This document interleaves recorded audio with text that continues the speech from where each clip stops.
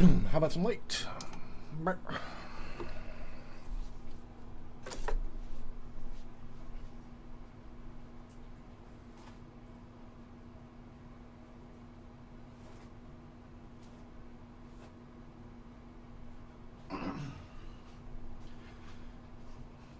All right.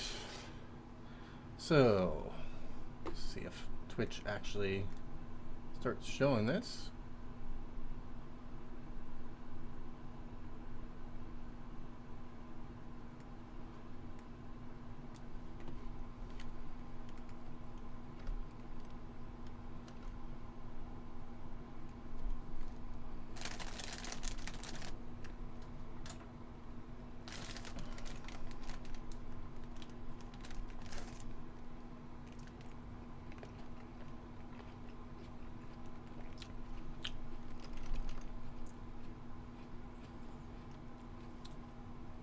Okay.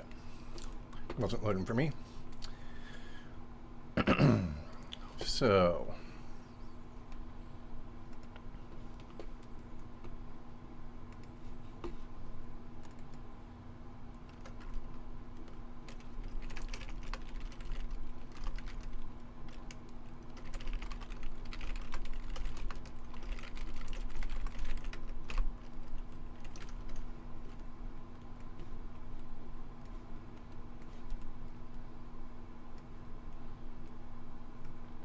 Give me a little time for people to show up. Brr, brr, brr, brr. I guess most people like play music for 5 minutes and have a message up instead of talking to themselves in front of a camera.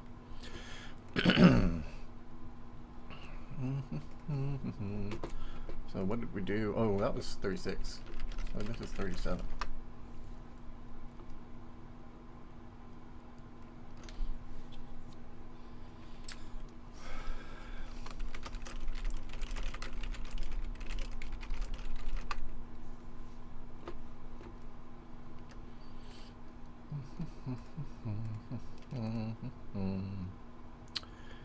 Dun, dun, dun, dun, dun, dun, dun.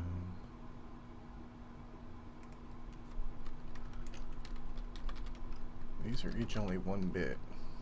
I'm just idly looking at this thing that I expanded temporarily and looking at how I can shrink it just to pass the time. I'm not actually going to do any of this.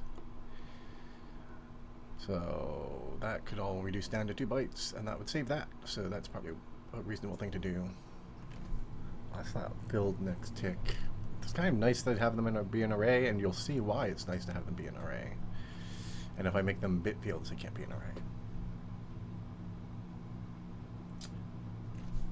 Yeah, it doesn't matter how many people I get. I just want people who are showing up to not miss the very beginning when that's the thing that sort of sets the stage.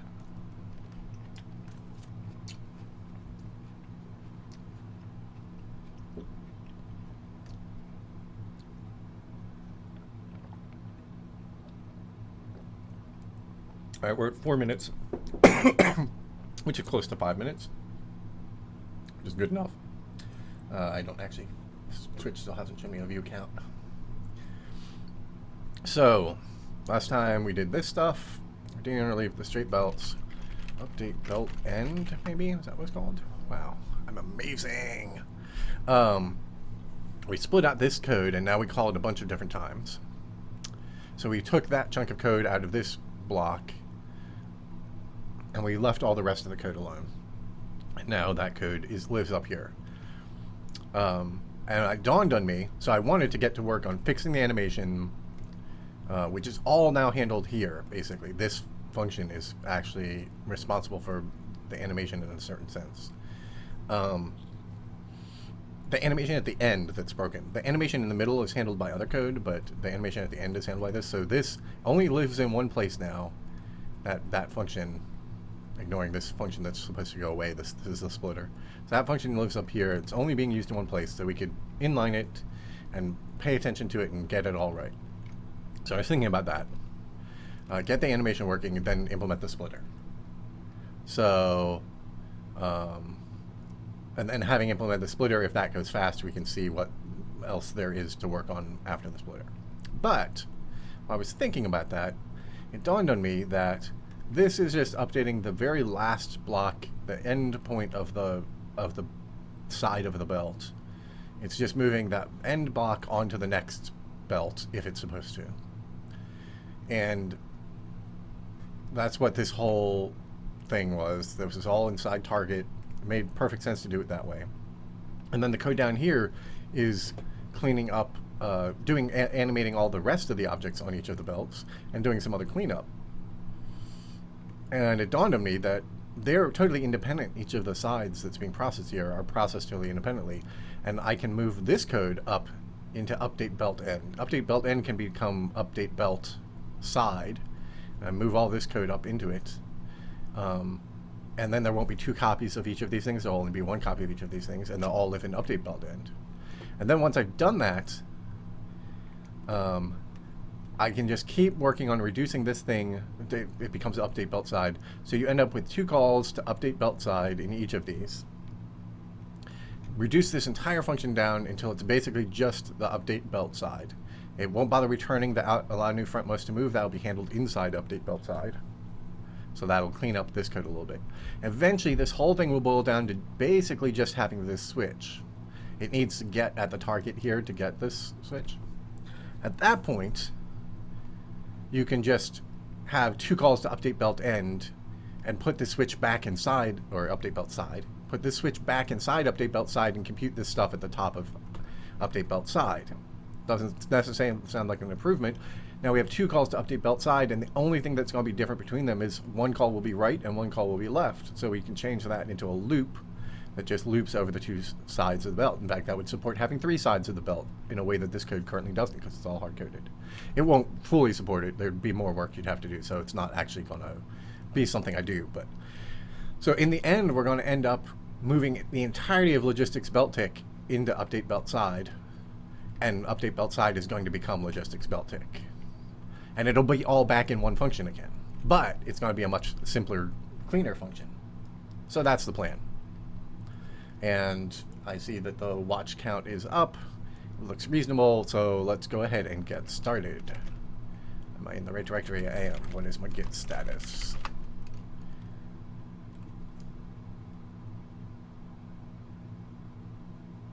This all looks good. All right.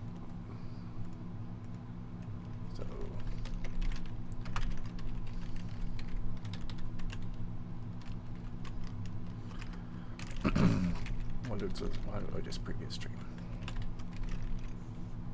Okay, so some of this is pretty straightforward, some of it is not. If this is not true, we don't call this function at all. We need to have different targets, so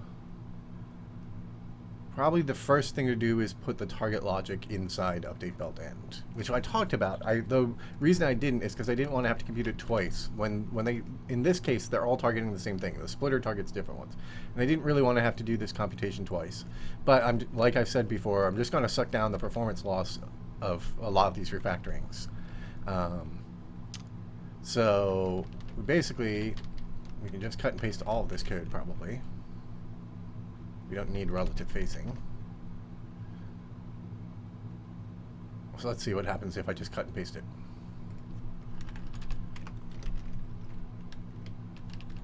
And then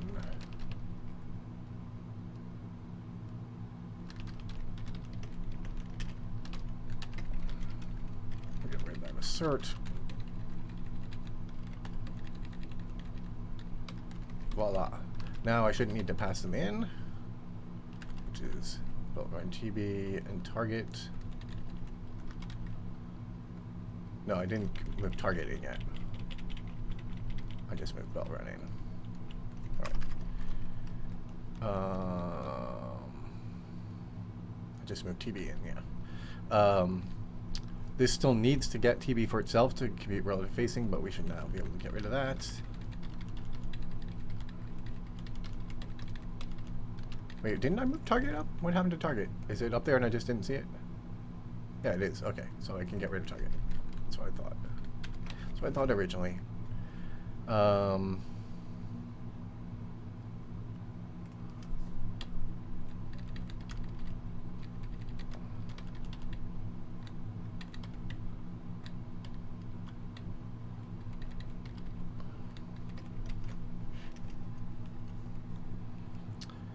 And then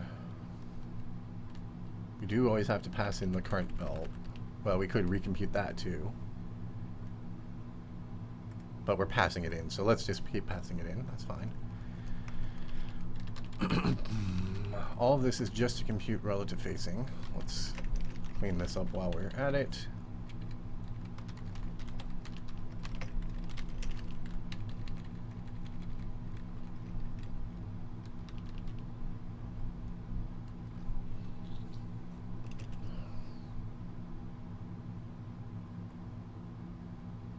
All right, so now I basically want to put this back to the same thing it was, where originally these switch statements just computed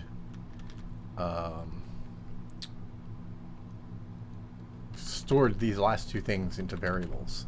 That was the original version before I moved them into a function. So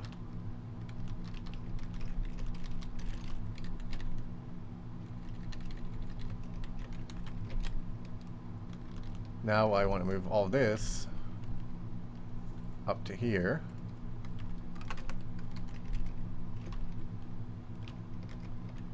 I don't have outdoor computed here, so we need outdoor. So let's copy outdoor up.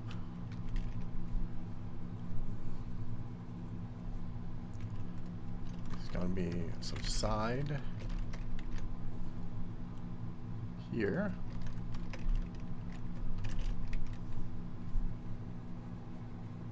Actually, let's leave that as a return value for now, thinking about it.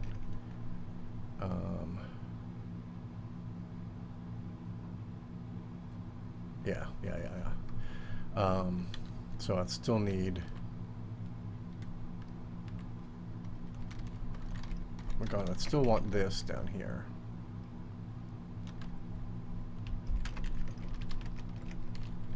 But it's going to reduce to not passing these in anymore. So then this is just target side equals right. Target, oops, I just deleted what target pos was. 0, okay. Target pos, 0.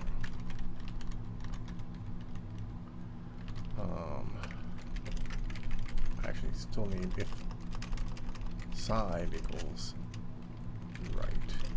In that case, otherwise, target side equals left, target pos equals 0. All right, so I'm just saying if it's left, then it gets left 0. So I'm just doing that.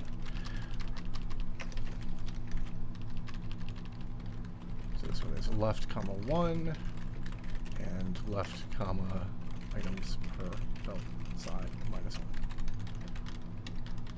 This one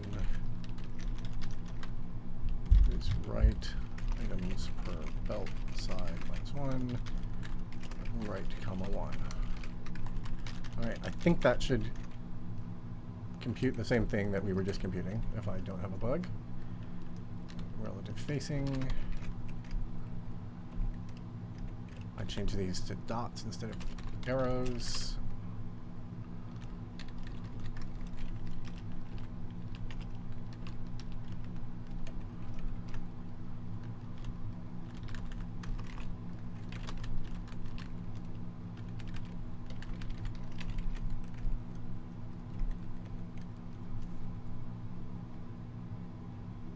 And I didn't actually delete the parameters. Target side, target pos.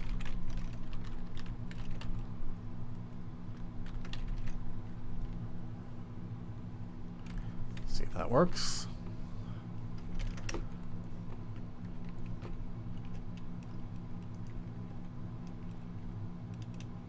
Nope, something just, oh, it didn't disappear, it got picked up. I was gonna say. Yeah, it looks fine. Looks like it's all working. All right. So now things are a little worse because this is like kind of expanded. But as I mentioned, I can make this all be table driven eventually. And then let's say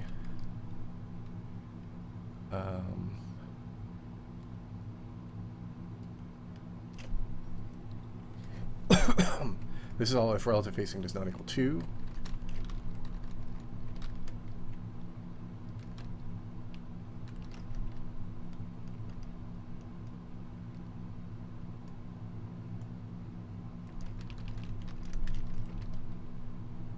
If relative facing is 2, we don't do anything, so we move all that inside that as well.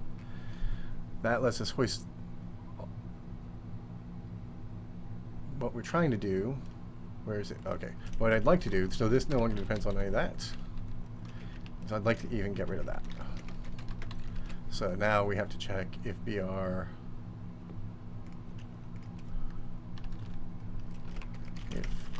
arrow target ID is target none. It's not none. Then we want to run all this code.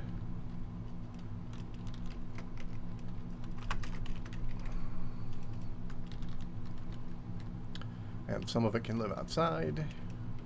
Anything about target does not live outside.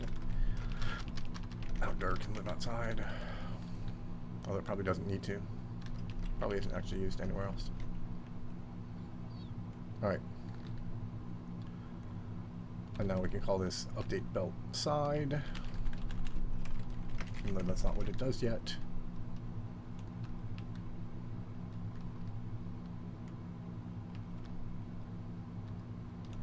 And do this. Alright. Make sure that still works. This needs slot and target pause. Okay, so this return, it always fails if we get to here, and it returns that if we get to here.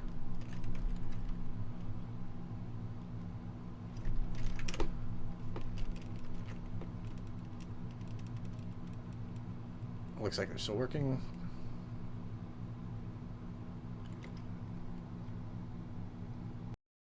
All right. Now,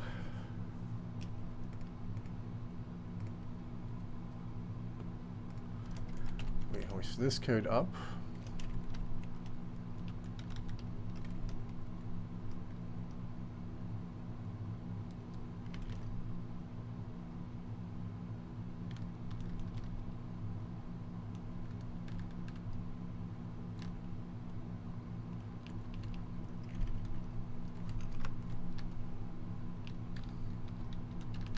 This code.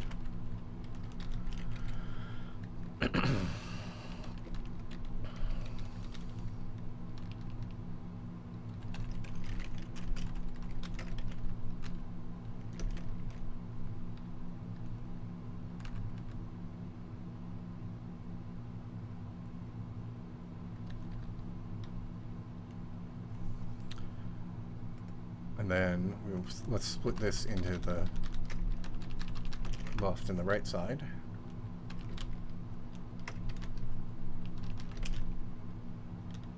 Like that. And now we only need one of these. We actually want to replace sub-zero with sub-side. Well, let's move it first, and then we'll do that. Okay, so this doesn't want to return anymore. This is allow frontmost to move equals that. Return allow declare it.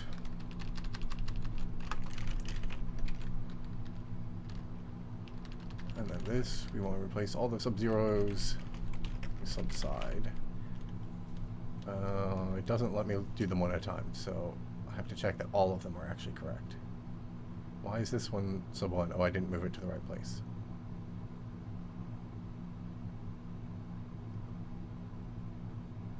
It looks like all the sub-zeros are, in fact, side. We'll reread through it after that.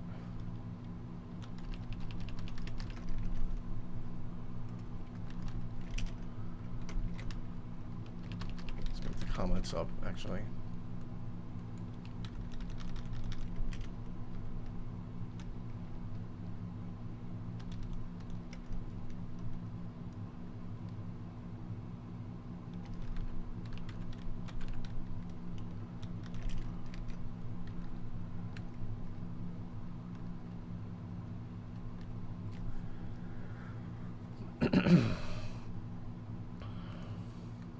Alright, so what do we need to do? Last slot is filled next tick, defaults to 0. And we walk from end to start.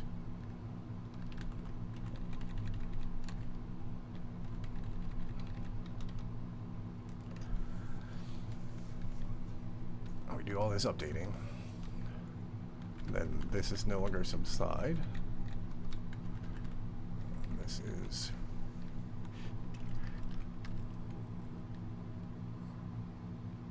line. We have some cleanup to do on that.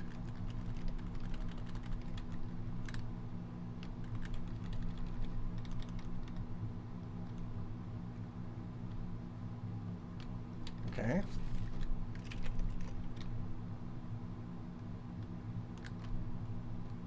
So all this got moved out.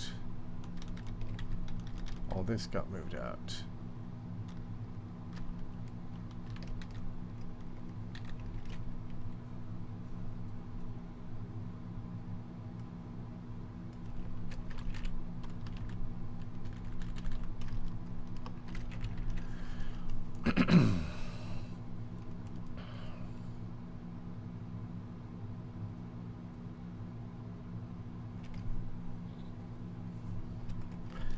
Let's kill this, since I know we're going to just rewrite it from scratch at this point.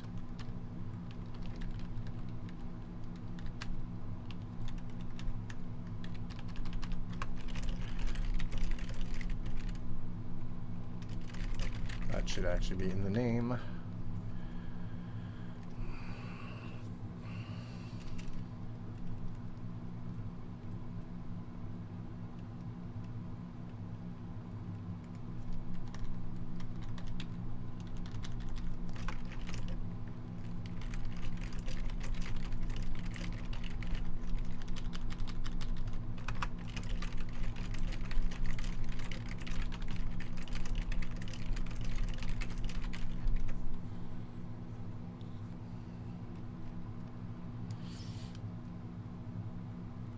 No, I do not dream code.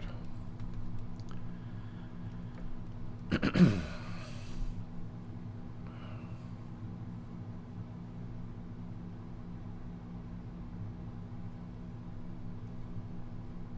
I have to do anything else? Yes, I do.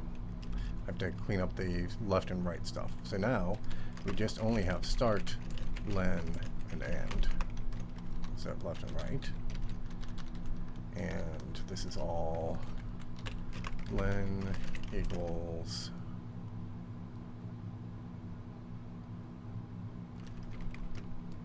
side, left side, colon, right side.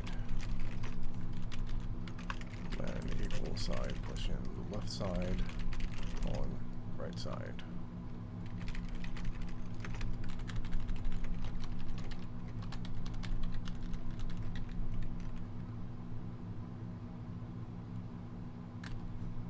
Start equals side, question, right. So I took a shortcut here. These should all say side equal left. And I just decided that's going to be so wordy. It's easier to skip it. Question mark, left, offset, PR, colon, 0.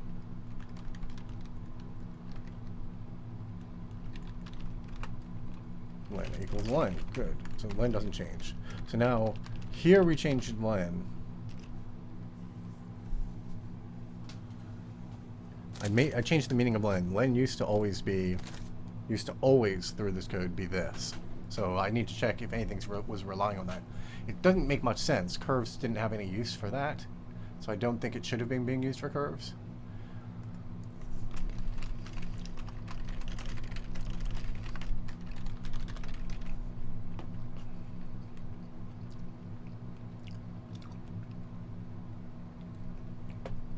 So look for len here.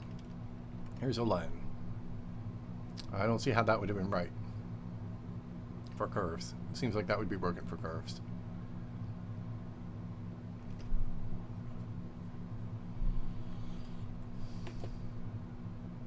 The new meaning is the correct meaning.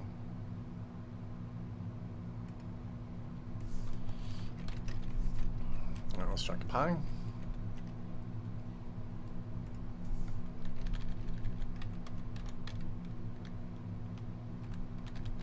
Actually, let's do it like this. There's no reason to pre-compute it like this now.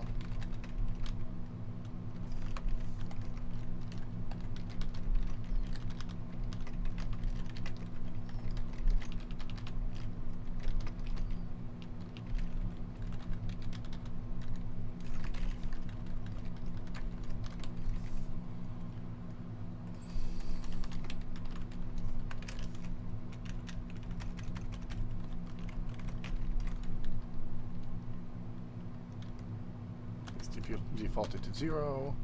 I'm not using outdoor anymore. I'm not using the chunk. Not using J. Not using line. Oh, I'm using line. Okay.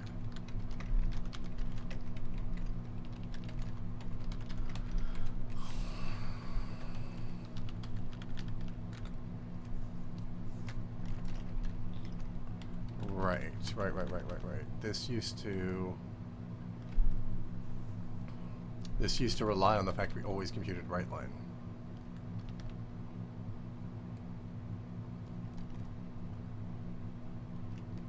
If it's the left side, you need to know the right line.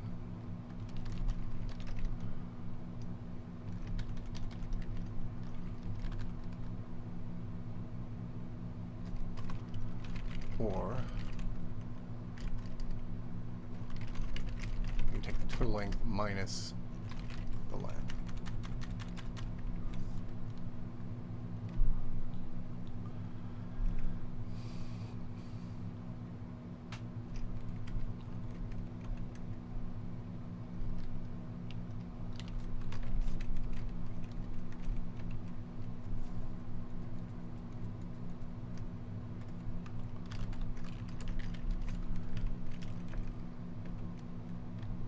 Doesn't return anything anymore.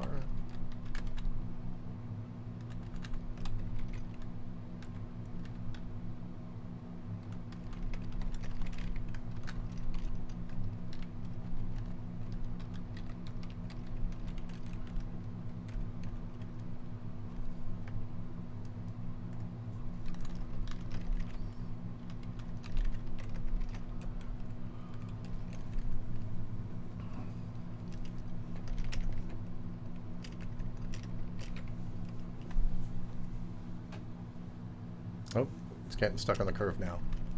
Remember I said that it didn't make sense, the old len for the curve. So I changed that, basically. But somehow that was working before.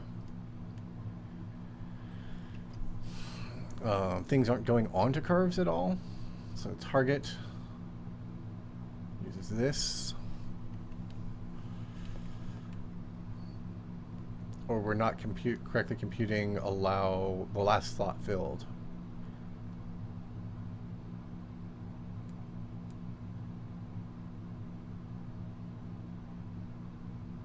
It's not moving and there's something there. That's the only way that's supposed to happen.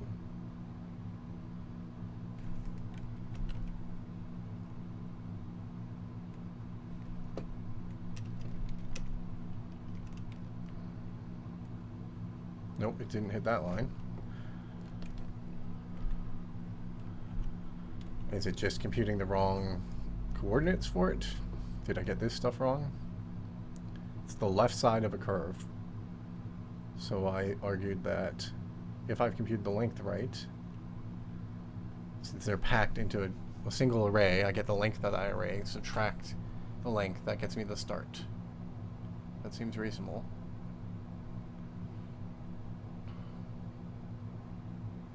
And it was a negative turn, I believe. So that would be this case. So len, left, long side.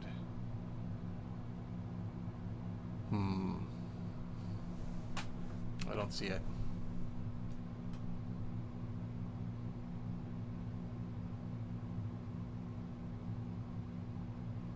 Or maybe this part is working and it's this part that's not working for it.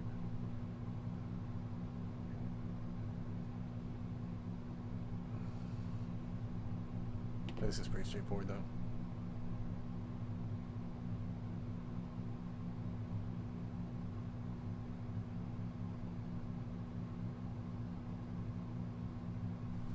I'm currently just trying to clean up some code to deal with how the objects on the belts move.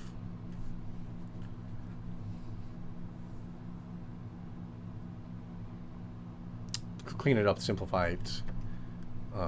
Yes, this is the simple version. So that I can do fancier stuff with it.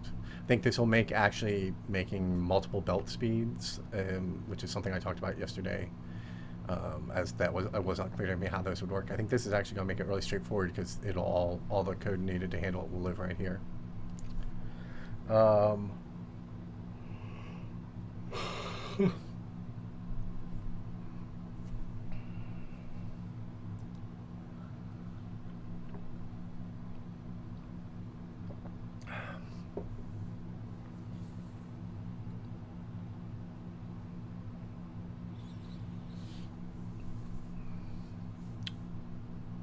What has changed about turns?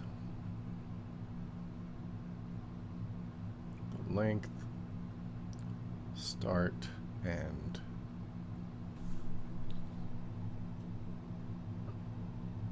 I mean, the main obvious thing is the way I'm computing start is now weird, but I don't. That's, well, here's the left side. Len is 5, start is 3. Why is start 3? Short side is 1, right? I believe it's because Avar Len is still full length. It's actually allocating 8 items long. That's why. Okay. Yep, that's gotta be it. So I can't compute it this way, so I do need to know what the right len is, so...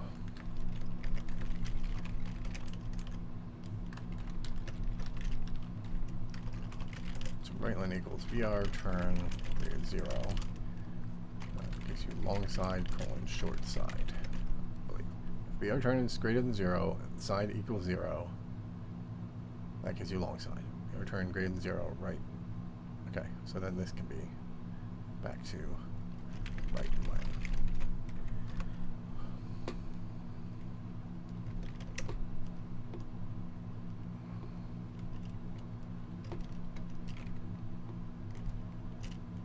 And the curves are working again. Alright, that was it. Alright, so that bit of refactoring is working. At this point, this is only doing this stuff and the global hacks. So that the global hacks can be done.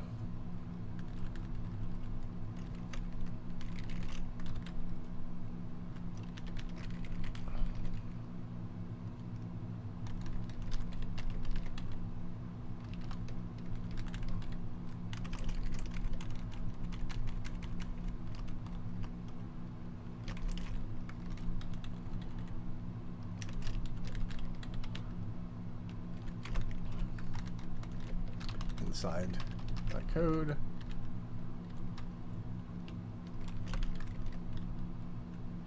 And this one can be done at the beginning.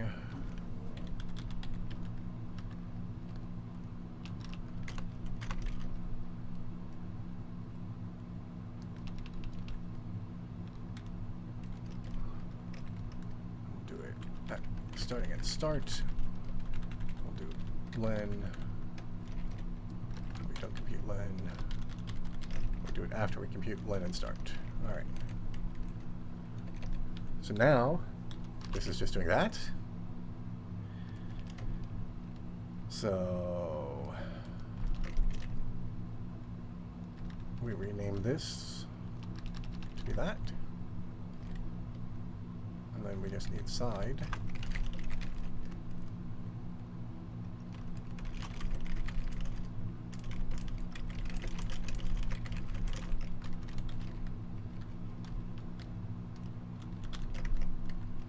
Like that.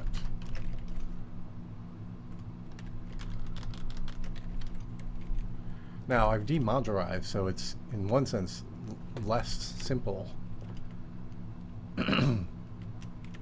But the main thing was to remove the redundancy. If I want to remodularize it, I can. But now I've removed all the redundancy from all that code that was handling both sides independently. So even though it's kind of more complicated, if we actually compared this to the original code, it's shorter. And it's handling the turn.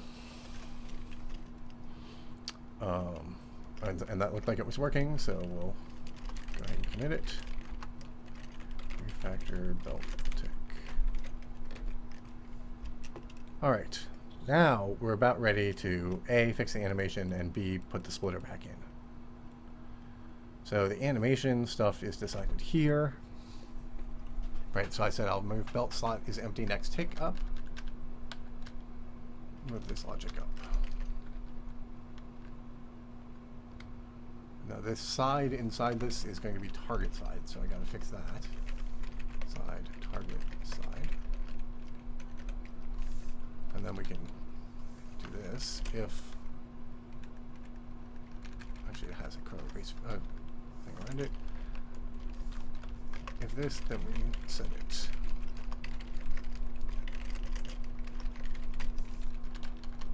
TB slot.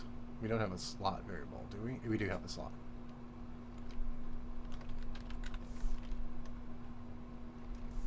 This only applies if relative facing. Needs to be up one more.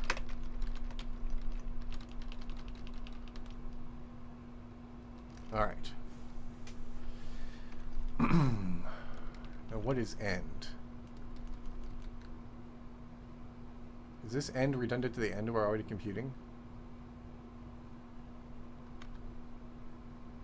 I think it is. We're computing an end up here.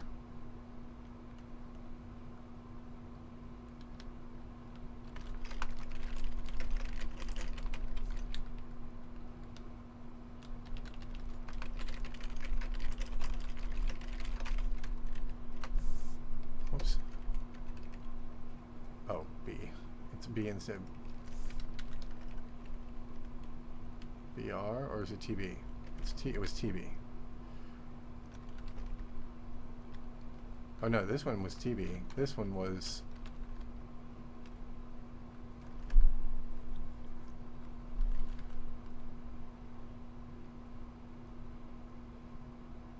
No, it should have all been TB.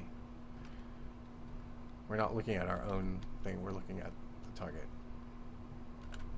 Pause was target pause.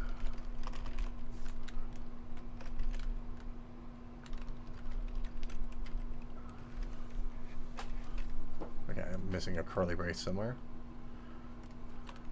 Or have too many. Missing.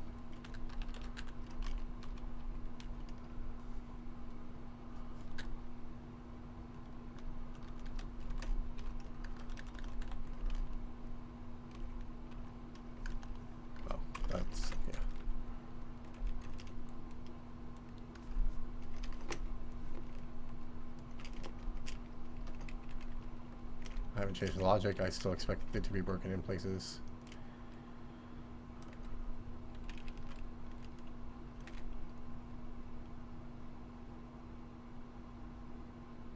Yeah, so you can still see the animation's broken. That's what we gotta fix. Alright, so what is this logic saying? We've just figured out where we're going to put a thing. Frontmost object goes to slot. So check if slot will be open next time by checking if slot -1 is open now and it is moving. Well, if it's open, it'll always be no. It's and that slot is moving. Because we just filled slot. So if slot is immobile, slot -1 can't move to slot. So first thing we do is we check that we're even allowed to do this. So there needs to be a special case. If slot equals 0,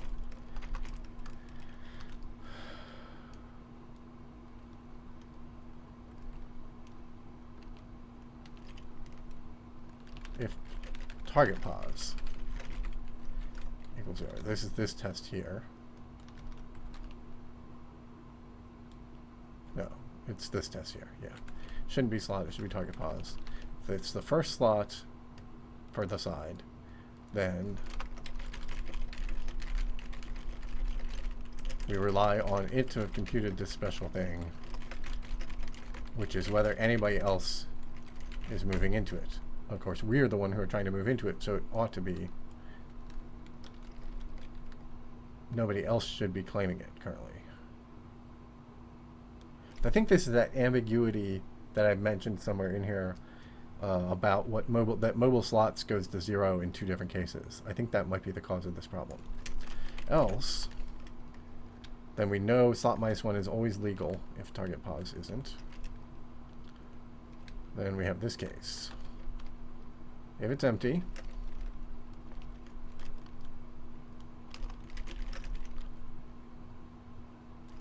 and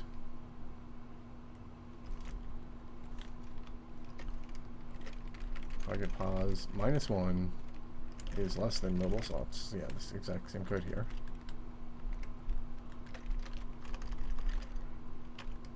Or if the slot before it is empty and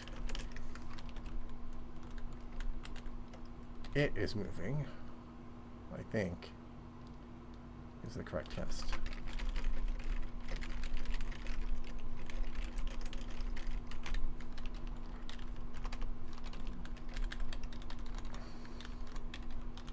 So I think that's pretty much the same as the code that was there, slightly tweaked. I don't expect that to fix the bugs.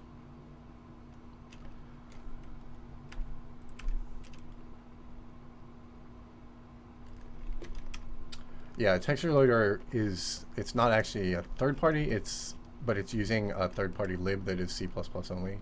It's using curndecomp.h at the very top of the thing. And that is C++, so I needed a C++ file to compile it.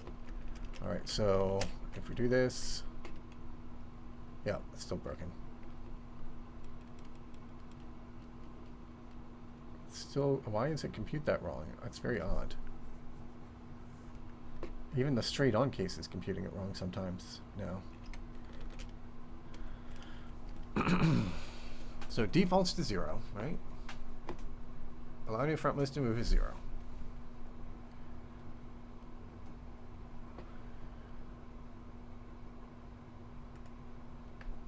Let's say it's not allowed to move always in this case, just to test. Otherwise, so the only way it ever gets set to true now is if the slot is empty and it thinks it's moving. So the only way it would be wrong is if the movement calculation was wrong, which we did say has that problem. So maybe I need to just tackle that next.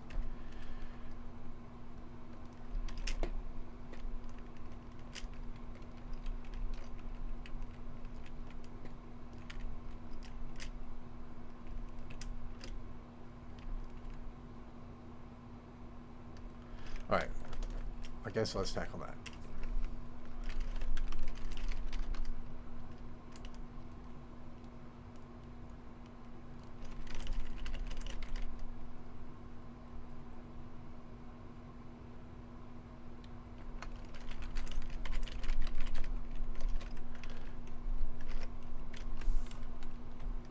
This file is really big, 2,000 lines. All right, so mobile slots. So what we want mobile slots to mean is we want it to be 0 means nothing is moving. And I do not believe that is what it currently means. And so if the belt is 10 long and all 10 are moving, then it should be 10. So if J is 10, if len is 10, why does it start at len? Why does it not start at len -1?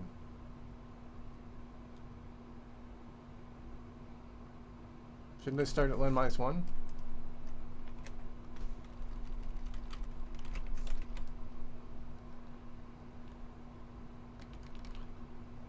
PR of len is 0, we don't do anything. Well, yeah, sure. That's not a real. This isn't handling curves because it's just using len.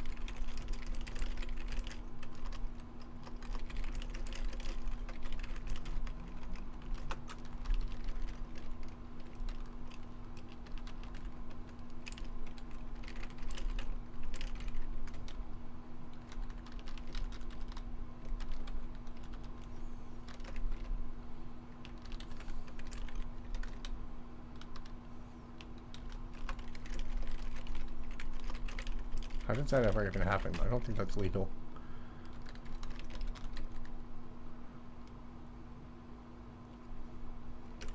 It's always going to get assigned anyway, so don't need to do that.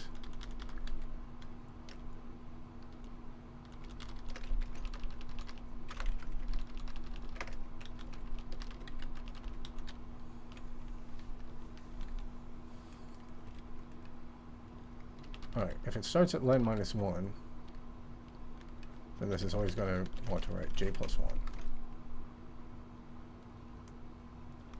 The first 0 we hit. Alright, it was because of that ambiguity. Well, this doesn't explain that. But okay.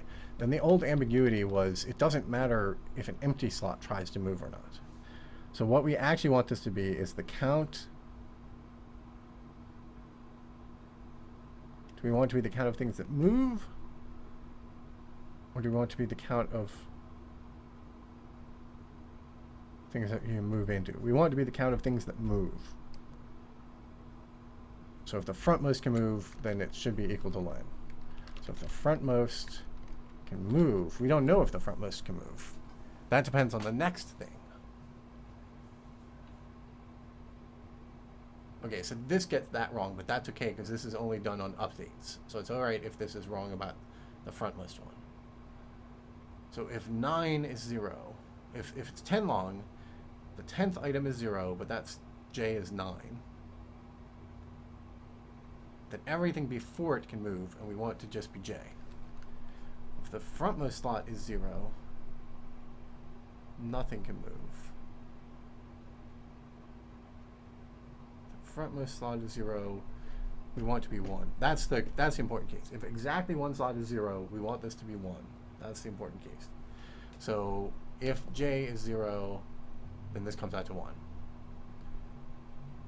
So yes, we want it to be, if the actual frontmost one can move, we actually want to store 11.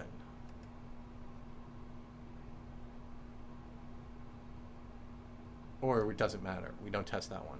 I'm not sure. That one is, one of them gets special cased. I think it's that one.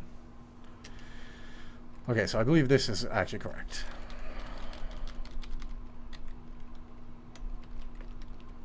But it doesn't get to tell you whether the frontmost one can move or not. And that's okay.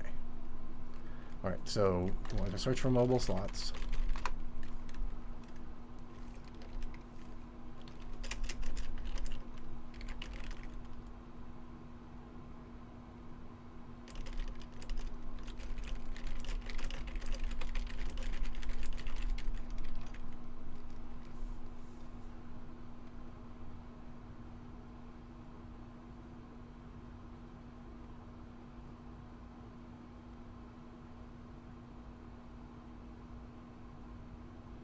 Yeah.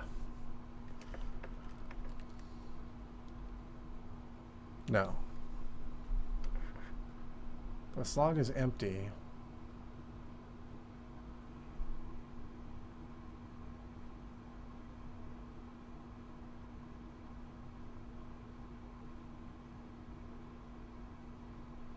Well, if we just pick this and make that be consistent, then we can make everything else work. So that's fine.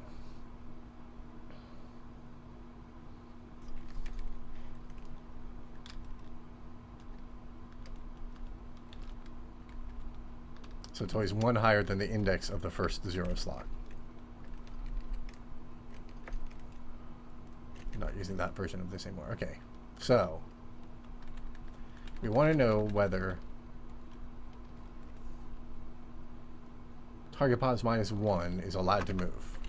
Is target pos minus 1 allowed to move to target pos?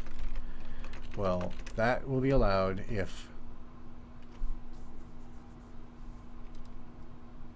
mobile slots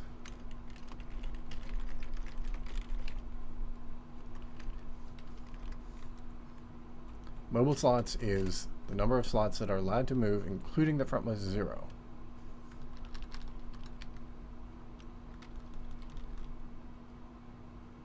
Which it doesn't actually move, isn't actually allowed to move if you were in it.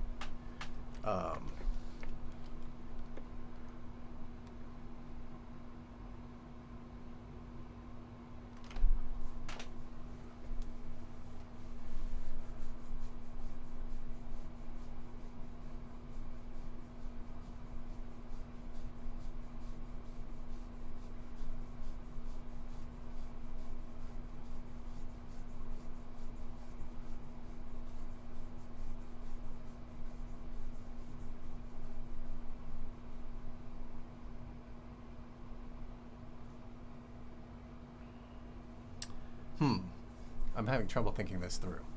I need like a good convention for naming this stuff or something so that I can keep a handle on it.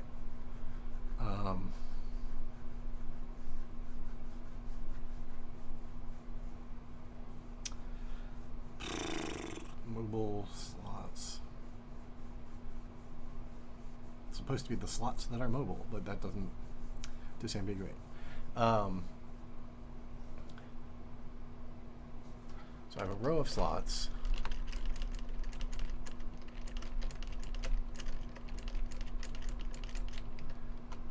So if I do this, these slots are numbered 0, 1, 2, 3, 4, 5, 6, 7, 8, 9. Let's just go to 9.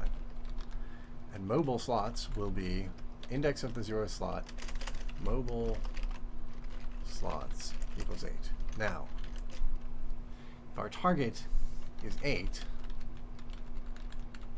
8's not going to move. 7 isn't actually going to move because it doesn't contain anything. That's why this is this weird ambiguity, because this frontless slot can never move anyway. So if there's a gap, say it's 5, and 6 is going to move, which is true if this is the case, because 8 is not going to move, and mobile slots is 8. So it's that. It has to be less than mobile slots, yeah, which is what we already had. Okay. So if the slot that we're just pushed something into is going to move,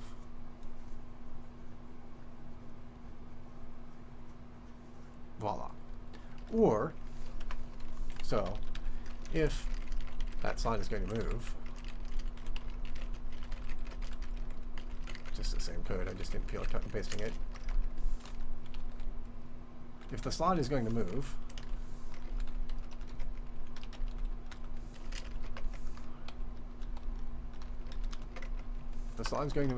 then if what moves into it is a gap, then we can move it.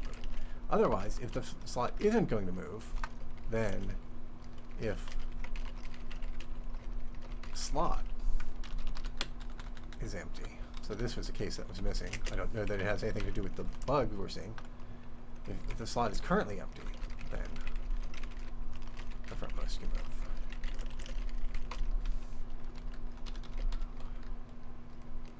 I think that's right.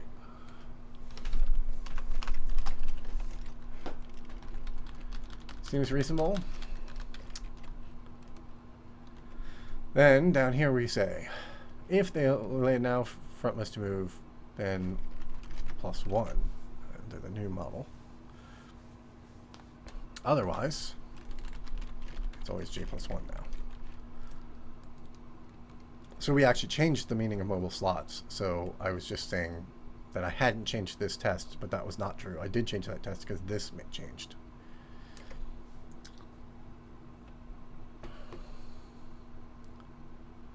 Then, if nothing's allowed to move, and our last slot already has something in it, then we set this flag. That will prevent anything else from trying to move into the last slot. That was why that's where that comes from. When I had that, wherever that was, where was I testing the last slot? Somebody was testing the last slot. Who tested the last slot? Oh, it used to be here, right? I commented that. So, if our goal is the front of the other thing, then we're only allowed to move if that thing is mobile. And so we could just test whether it's mobile here. We could just put this test right here. I believe let's see if anyone else uses it.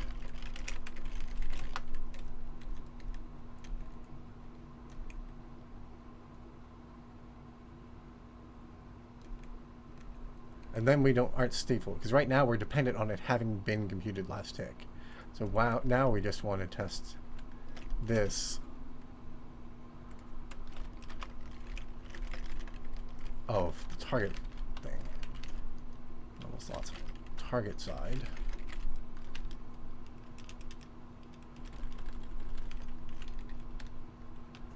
have start for the target, left start, target right start. We don't. We didn't save that.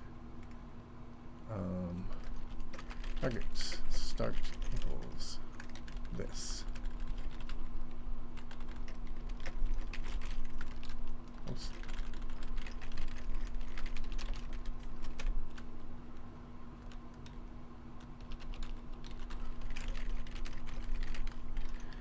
Okay.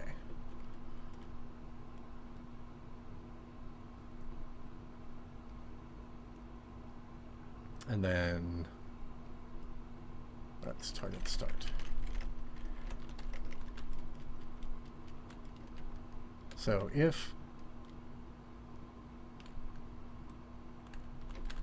it's greater than 0, so I'm just negating this test, and it's empty, then we do allow the new frontless to move. Because we allow frontless to move is defaulting to false. Then we don't ever have to compute that. Wait, we were computing it. Oh, I see. We were zeroing it here and then updating it here.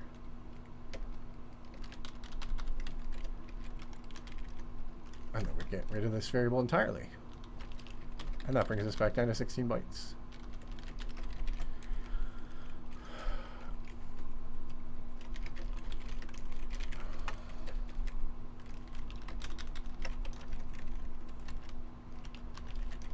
And the belt run still is using it? Oh, no. I guess it's not. Oh, we deleted it. Belt run isn't used anymore.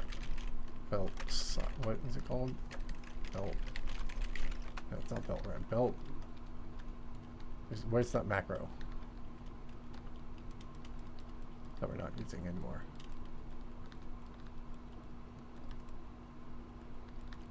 Where by it? Oh, it's here. There it is. Belt slots. Alright, now I probably broke something again. I always say that every time. Keep my expectations. Alright, that one looks like it's working. That one looks like it's working. Okay, so now if we rotate something, the animation is totally wrong. Totally broken. Even worse than before. Look at that. Okay, so that's because I changed the meaning of mobile slots and I didn't finish going through and finding them all because it's also used in the renderer. Okay, so here, mobile slots is now 1 bigger than it used to be. So this should be greater than equal, assuming it was all correct. And I guess it has to add 1, which means this is actually clear.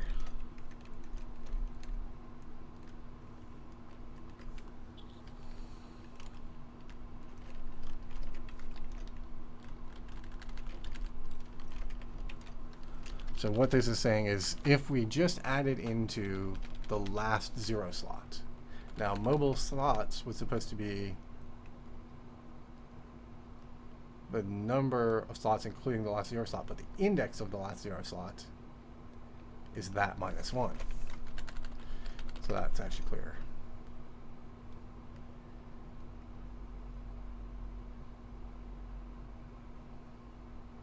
Not very clear. Needs a comment. Okay, so now B mobile slots is 1 bigger than it used to be. Why is this times 2?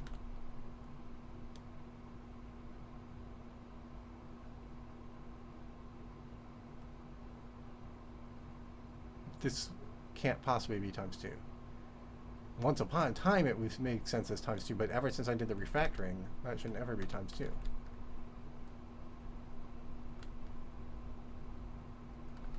And then this becomes less than equal. Although it doesn't matter at the boundary because it'll be a 0 at the boundary. And then this is the turn case.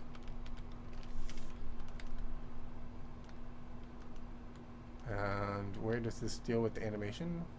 I don't see how this deals with the animation.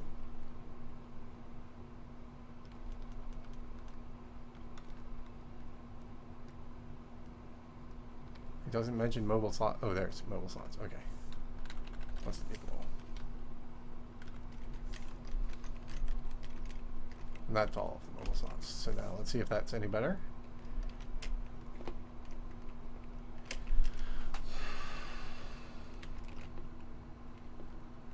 basic animation is working. Nope. Nope, not working at all. These are backing up okay. That isn't correct. So the ends are wrong, which implies an off by 1 error, because the last one is always wrong. So did I push those less than equals in the wrong direction?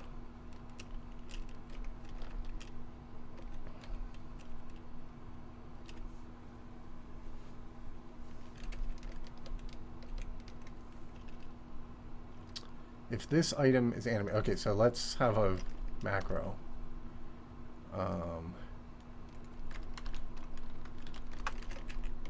Is item mobile, belt run, pause, side. Okay, the item is mobile if it's pause, it's less than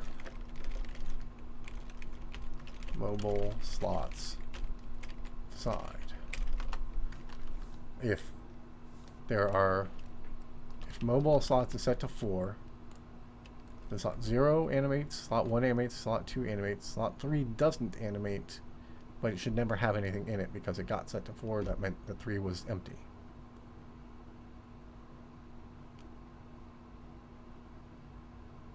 So 3 doesn't matter if you're wrong on it.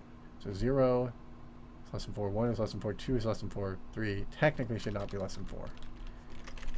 But it doesn't actually matter.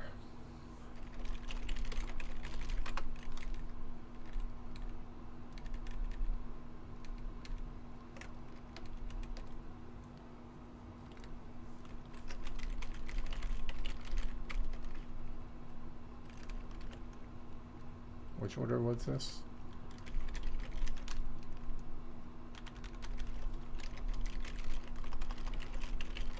BR pause side. BR pause side.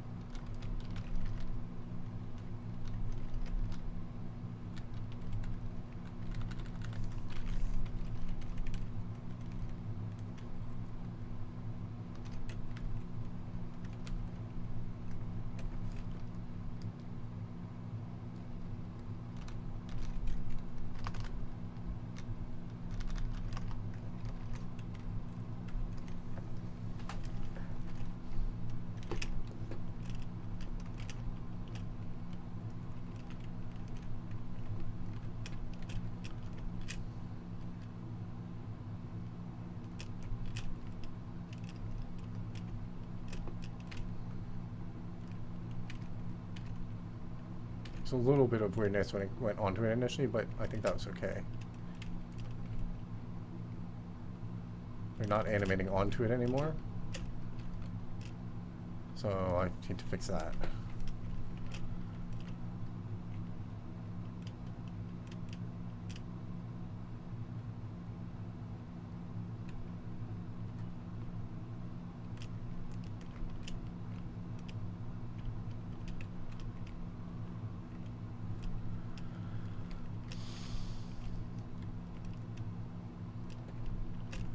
That does seem to fix most things, though.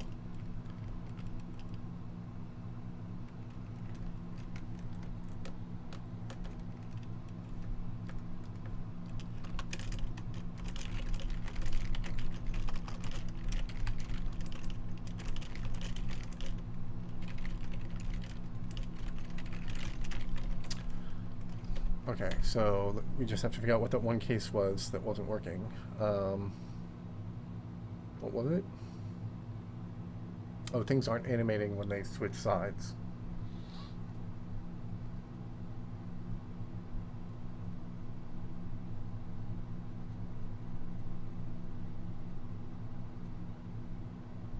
So if we're in one of these cases, the target sides, 1 in 3 cases, target pod's not equal 0. So it's these cases, these weren't working.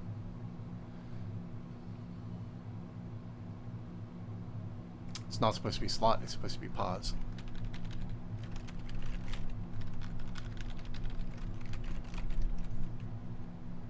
Target pause.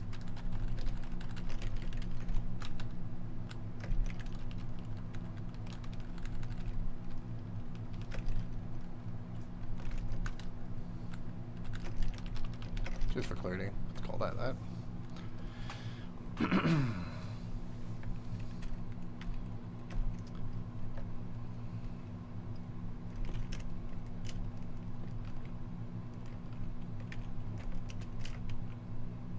Nope, still not animating onto the sides.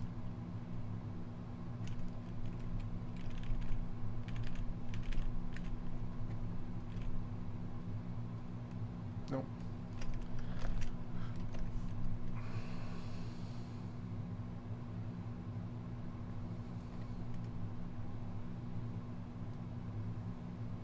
We just put something into a slot, which is target pause.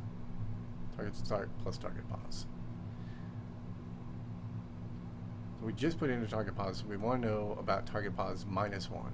Is target pause 1 minus 1? Is target pause minus 1 allowed to move forward? So we check if that one's mobile.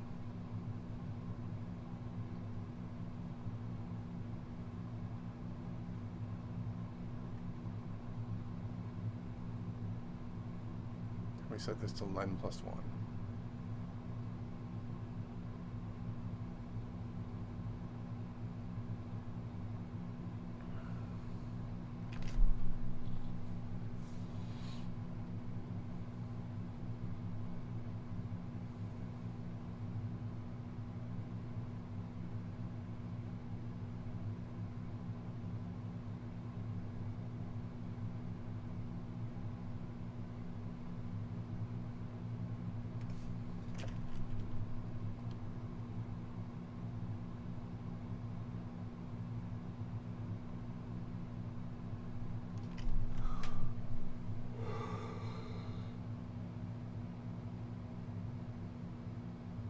I don't know.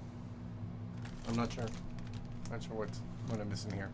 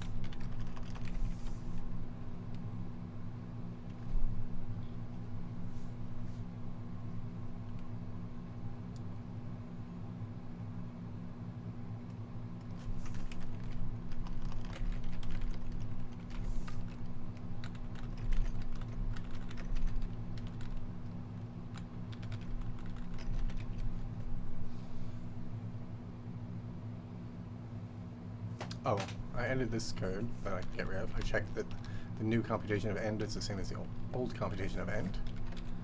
So I can get rid of the new computation of end.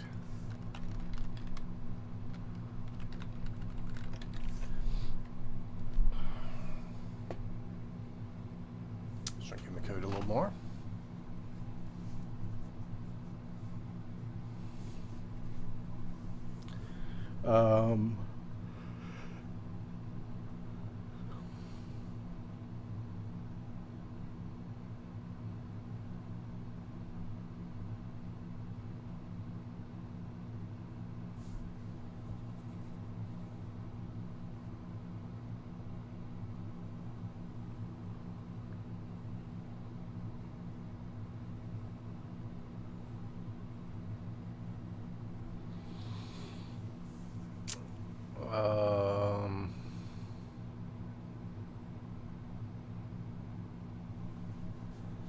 It seems like it's just always failing.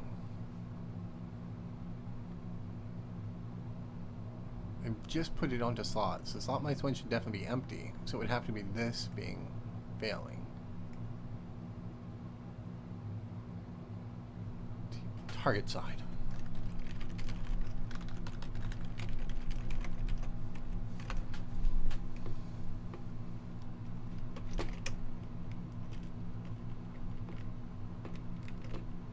Nope, still not working.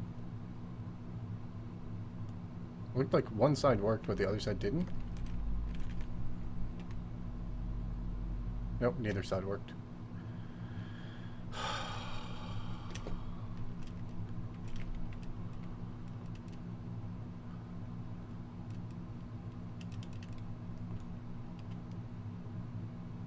It's never working.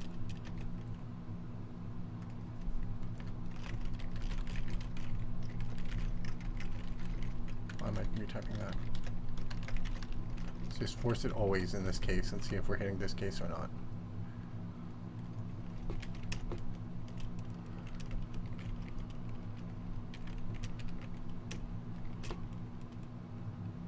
Okay, let's force it always in this case. Are we like never hitting either of these cases?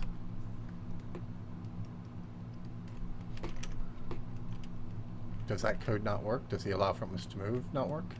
Maybe allow frontless to move doesn't work.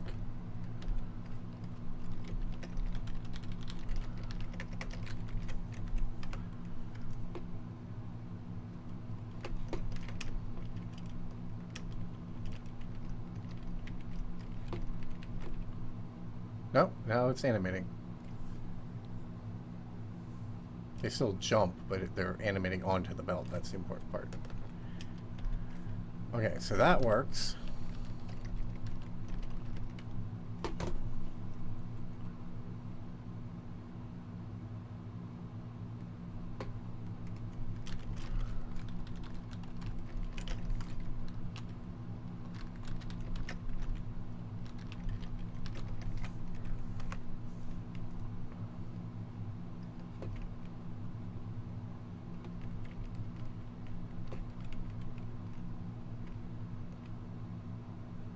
That works. But I put it inside each of them and it didn't work. I thought I put it inside each of them.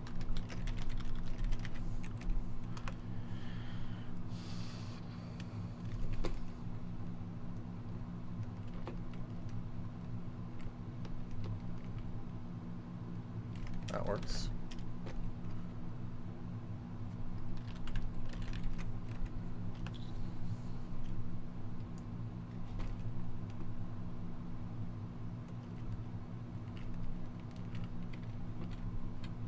That works.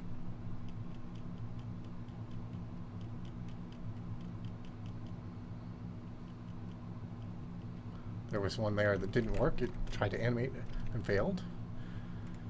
Alright, so it's this case. Why does this not work? Slot -1 dot type is 0. Why is that not right?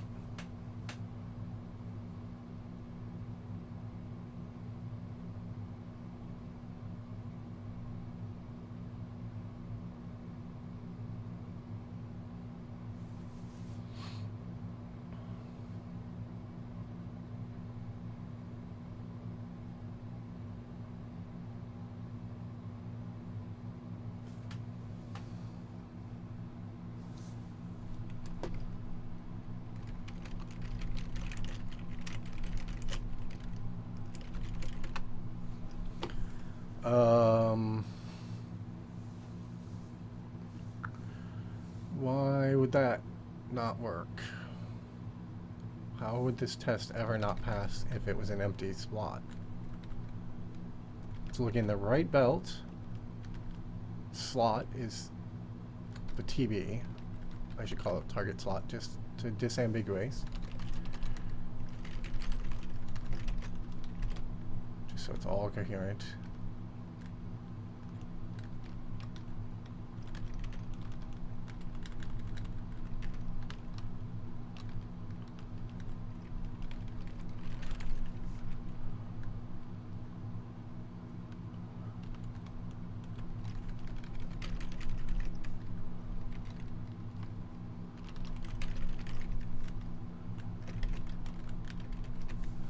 So we're looking at the target belt, the target slot, one earlier, has to be empty.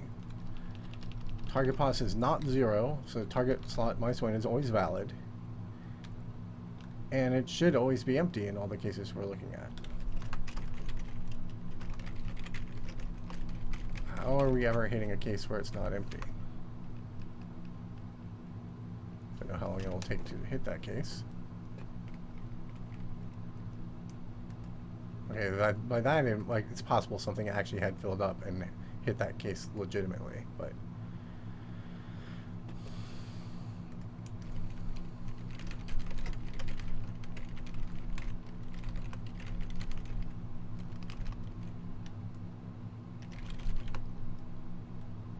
that's not a valid slot.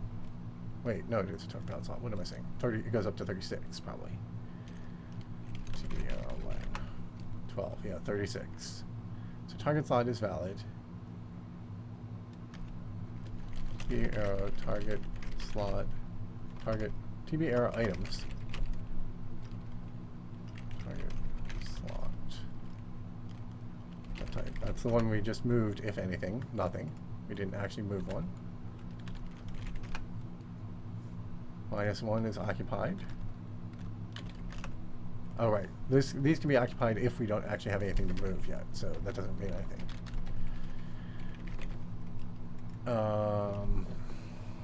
They won't ever be occupied when we are moving something, but this is always running whether there's something to move or not.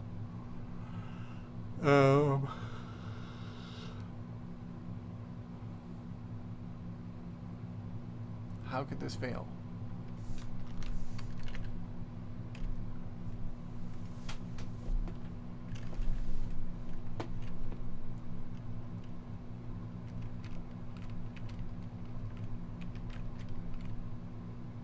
Wait, now it's working. Do I still have that allow? Do I still have an allow somewhere turned on? What did I change? How did this start working? I did rename all the slots to target slot, but that shouldn't have changed anything. I wonder if I gathered a bad piece of data. I wonder if when it didn't work, it hadn't rebuilt or something.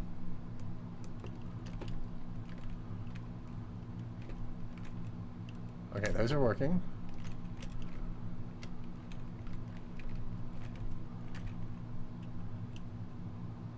No, it still tried to animate in and then bailed.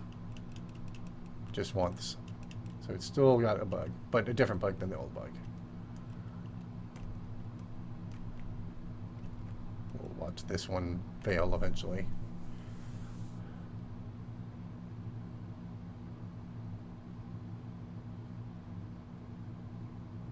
Yep.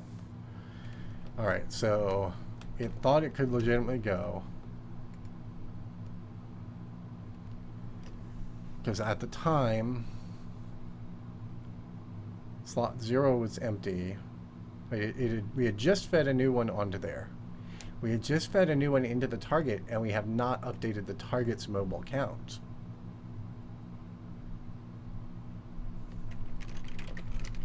We normally use add item to belt.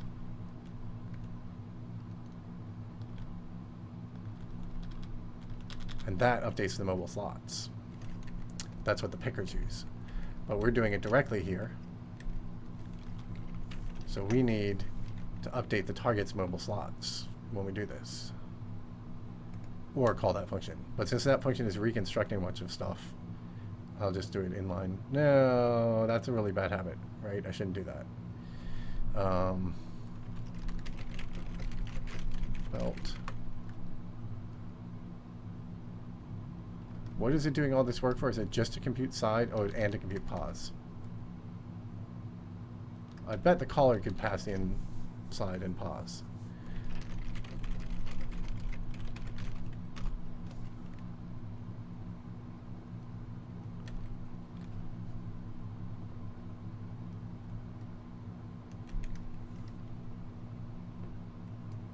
Oh no, because we use find belt slot to abstract that away.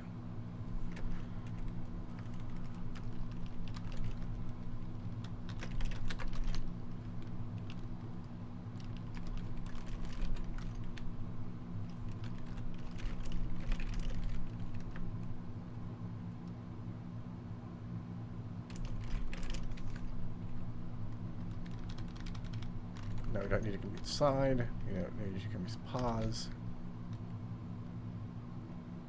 We do still need to compute offset.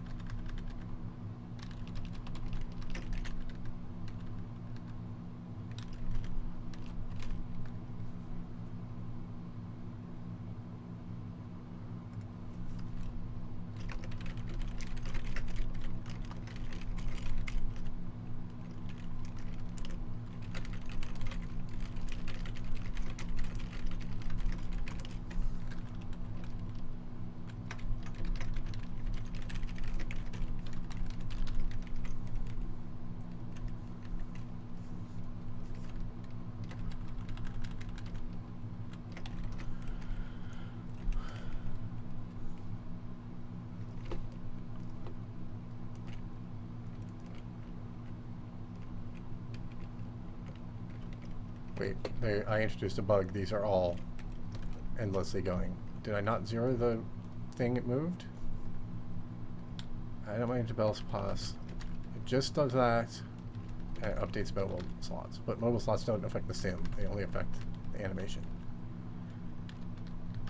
Oh, did I accidentally delete this?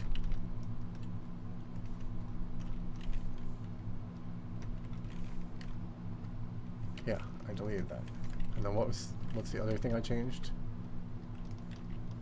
I had to delete those. Alright. Undo that. Copy that. Redo.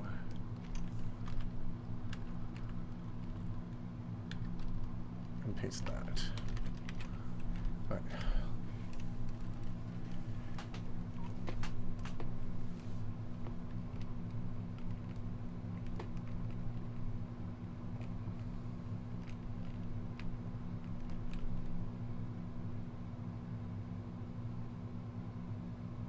There we go. All right, I think I fixed all the animation. So next up is the splitter.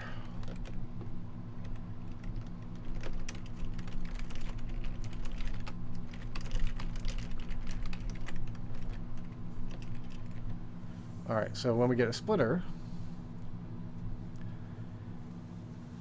we need to use a different target ID.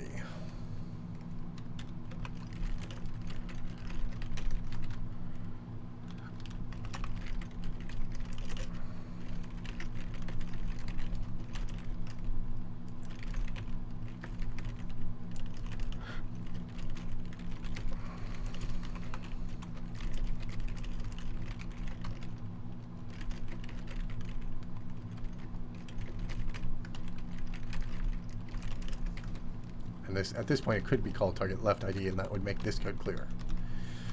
So then, if target ID is not target none, then we look up target ID. All this other stuff.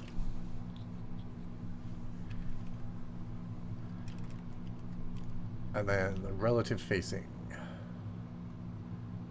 If they're going in opposite directions, so that's allowed now. So, if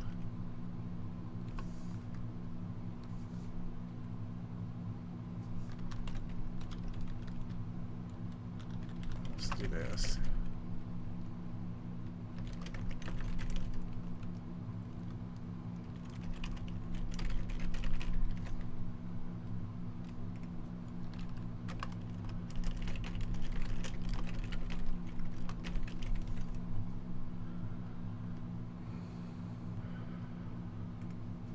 Now we can get rid of the if relative facing. And that was one of the curly braces.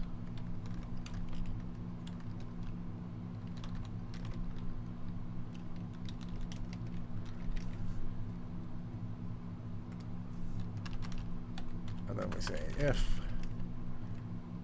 br type equals br normal. And use this code. Else use some new code.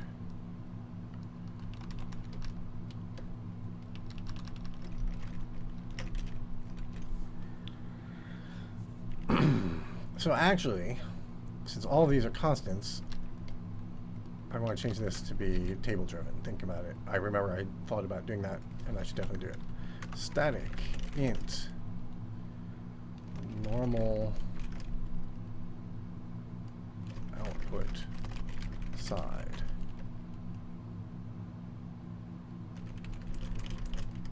The output side depends on the input side and depends on the facing. So if the facing is 0, then the target side is right, comma, left. If relative facing is 1, that's left, comma, left. If it's 2, then it'll be -1, -1. And I'm doing it's left flush, so let's do that.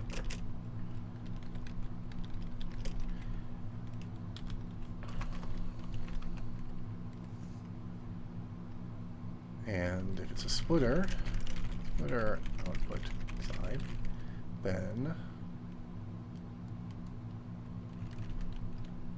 it's going to have some different rules.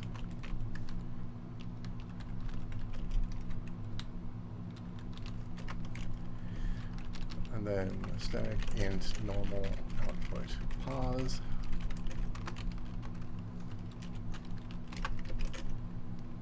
This goes to 0, 0, 1, items per belt side -1, 1, items per belt side -1. That's all that code. Normal output side relative facing side.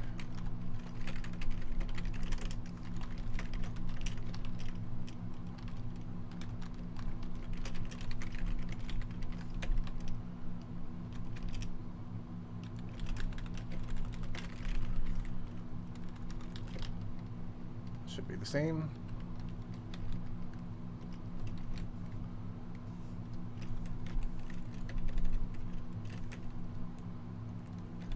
So what were the types called? BR, oh, yeah. Lowercase.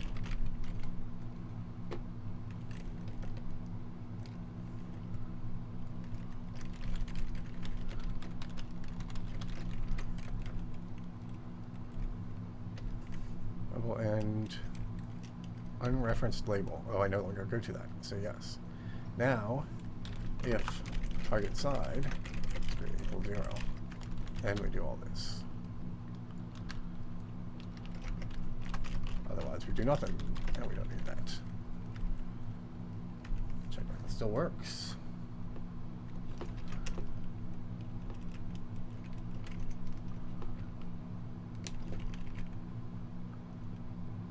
They're now jumping backwards. Did I type a 0 instead of a 1 somewhere in here? Yep. Implicit 0.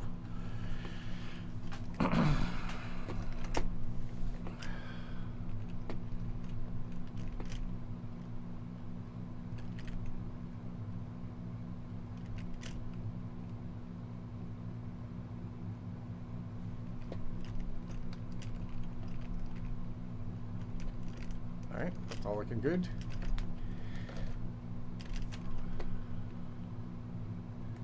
So then the splitter, if it's straight on, then the left side, the right side feeds to the left. Maybe this would be clearer.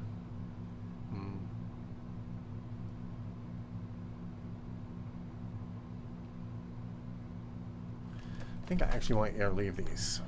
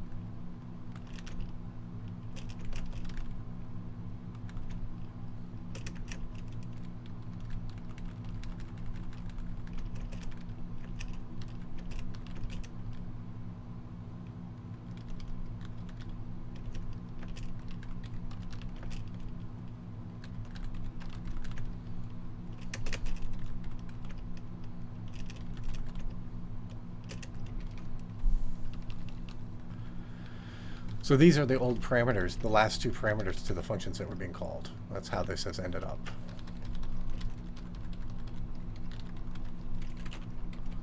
And then this becomes sub 0 and sub 1.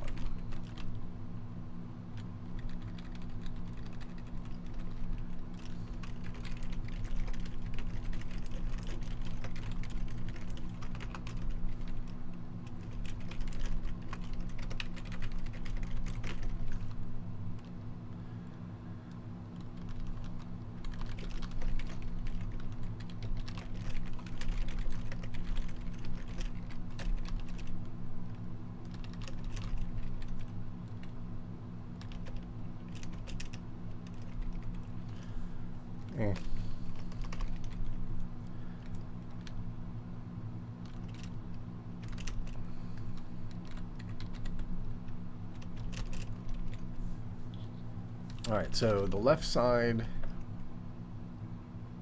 is head on, the right side is head on. That becomes, is this relative to the outer? Yes, this is relative to the outer. The outer is not actually head on. Okay. So if the outer is head on, wait, right, we have to also offset target and stuff like that. Where do we compute target? Get target. How are we doing that with the splitter? We were using get target in direction. Something like that. Get target dir.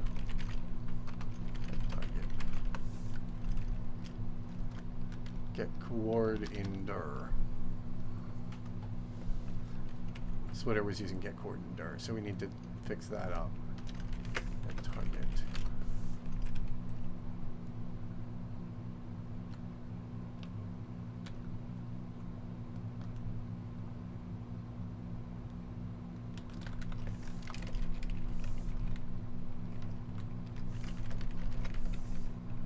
Not side, cap side.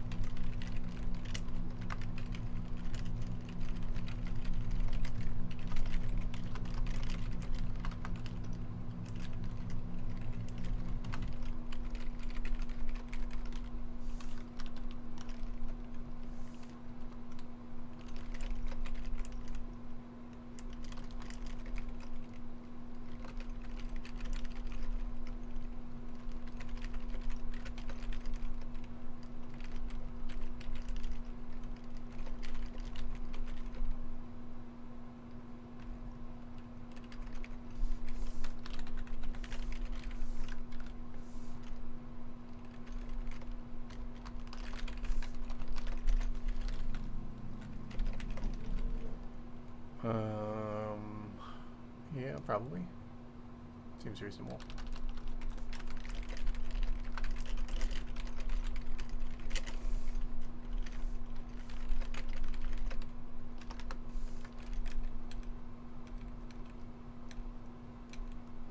Why am I not finding get? What happened to get target? I thought it was called get target. What happened to the call to get target? Get belt target. Oh, I already named it. Okay. Alright, so that might actually get the right target, direction, location.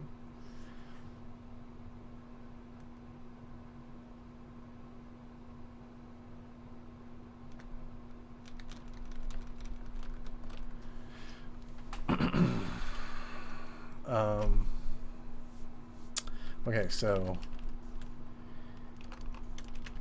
if relative facing is 0,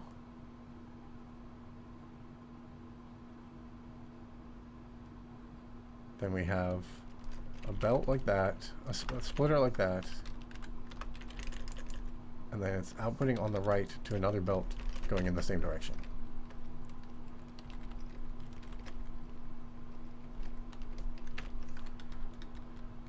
So the right side feeds to the left side of that belt, and it feeds to it at items per belt side -2. The left side feeds to the right side of whatever belt's there, also at items per belt side -2.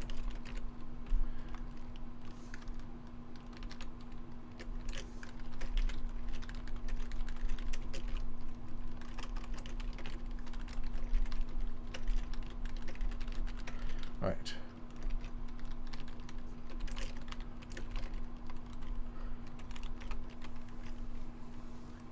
If the relative facing is 1, so that would mean TV dir is north, while out dir is east. Out dir is our splitter. So splitter is east, output belt is north on that side or north on this side. So if the splitter tries to split to the right, it can't split because it's just pushing it right back. But to the left, it feeds in on the right side at spot 0.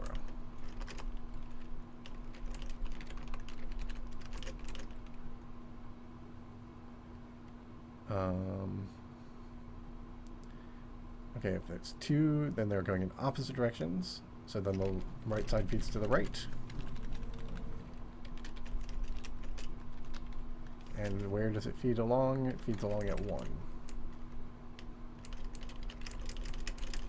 Likewise, the left feeds at 1. And then this will be at left comma 0. Just by symmetry, it's got to be at left comma 0. -1, comma -1.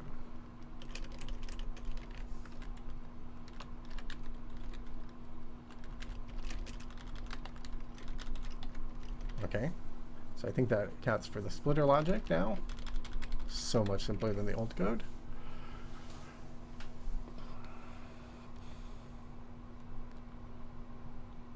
Maybe that works.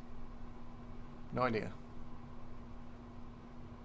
There may be something else I need to change that I'm not thinking of.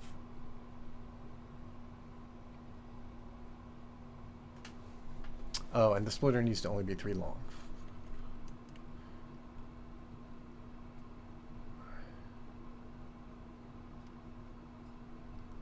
How is that handled? Let's look at create splitter first. Assume it still creates a full length thing. I seem to remember seeing that. Yeah, it still uses items per belt, allocates the full sized array. But it's going to only be 3 long, so we need to, where we compute the lengths of things, we need to fix that. Where's the check for this now? It's so short, I just flipped by it. Here it is. No, that's logistics update. Oh, right, because it's after. That's why I always forget where it is. So if br type equals br splitter, else. So if this, then start equals side question mark. Should I use left offset? If I use left offset, everything else will be consistent. But some stuff might be relying. No, nothing should be relying on that anymore. Okay, right. Len equals 3.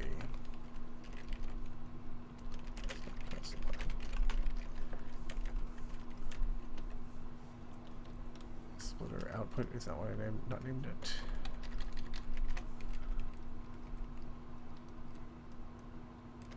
Null target. Oh, you're jerks.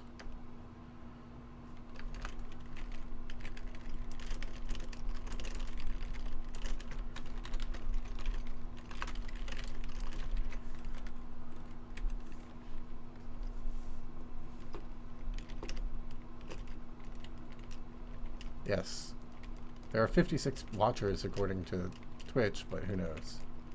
Alright, so let's delete that and place a splitter. And they move up and then they move 3 and then they don't split. Okay, splitter. So here we go. We get to the splitter code. Target ID exists.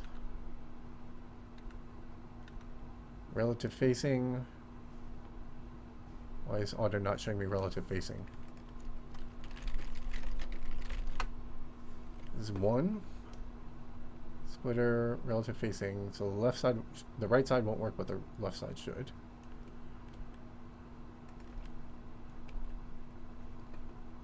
Oh, we didn't come back for the other side. Its target wasn't valid.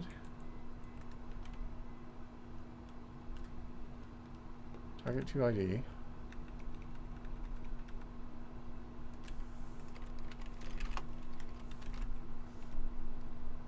Relative facing. Why is relative facing different?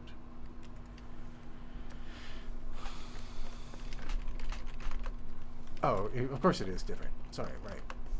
Okay, right. So these are the backwards. I got these cases backwards, apparently. The relative facing computation here I got backwards. It's output direction minus, or target's direction minus our direction. If our direction is east, it's counterclockwise winding. So if our direction is east, if we're going east, target is north, that will be 1. We are going east, target is north. So to the right, that should fail. That's what I have. How is it that we're getting that the left side target direction? Alright, what is our direction? What's the target direction? So according to this, the left one is facing 1, and we're facing 2. Alright, so which way? I think we said this was east, the way I'm looking.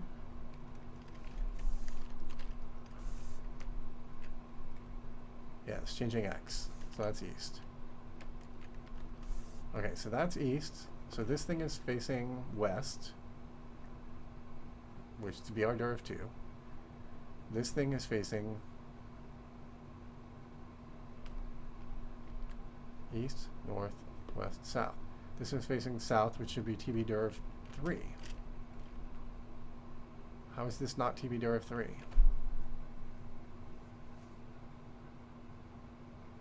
Is it not clockwise, counterclockwise? I thought it was counterclockwise.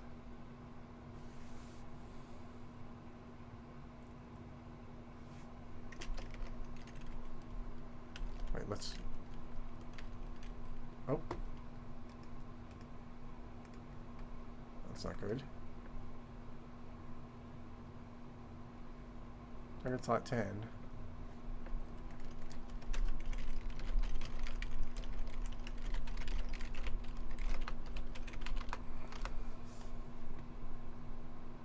Len is 8. How did we get a target slot 10 and len of 8? That's the case of feeding onto the side. Is our target computation wrong? Maybe our target computation is wrong. XYZ is that. Target is that. Let's change to the Y value. Target pos. How did target pos get to be that? What is block dist? 2. Why is block dist 2?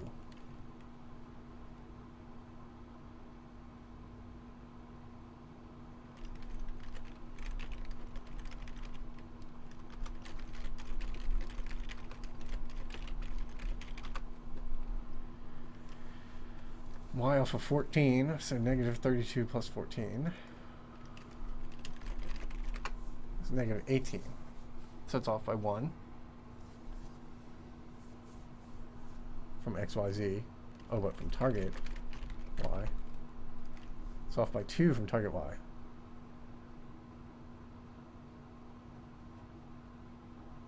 That shouldn't have been the case for the one I was just looking at. For the thing I created momentarily. It was a one long block. Yeah. Oh wait, no, that's... Yeah. It's only one long. So I can't... its target can't be that. So it must be miscomputing target.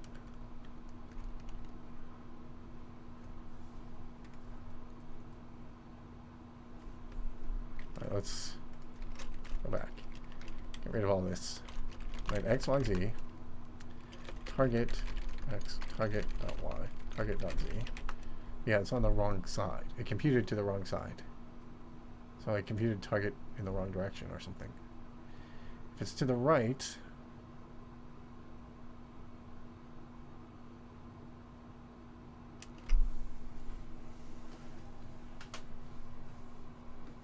if the splitter is facing east, then the right side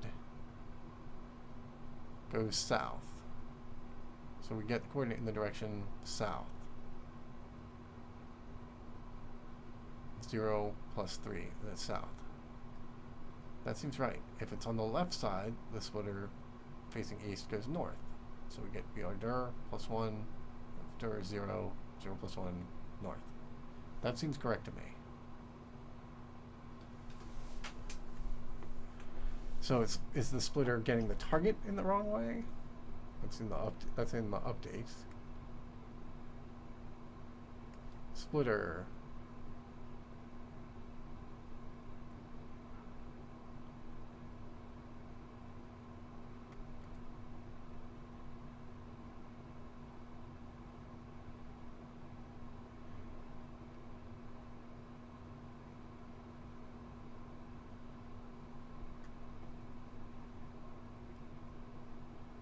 This doesn't seem to be computing the right thing for the splitter. I thought I had already done that work when I did the first iteration of the splitter. So then if it's typed up at the splitter, we try the other direction. But this is computing the right direction, not the left direction. Ah, here we go. So this is computing the left into target and right into this, and that's backwards from what I want. I want this one to be left and this one to be right. All right.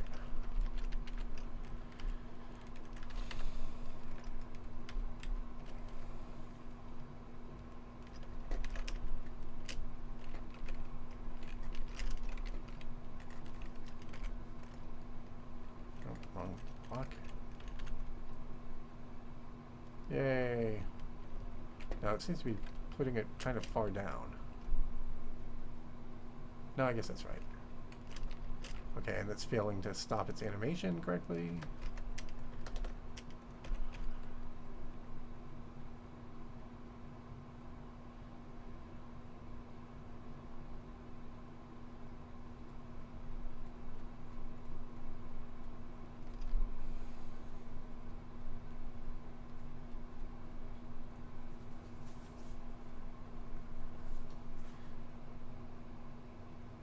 As target possible 0 in those cases.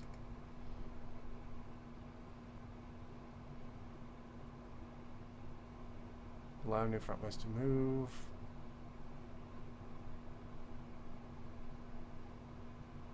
It doesn't bother setting VR mobile slots if that's false.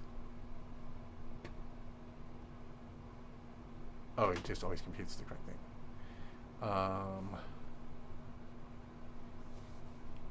Right, but if allow new frontmost to move is false, this one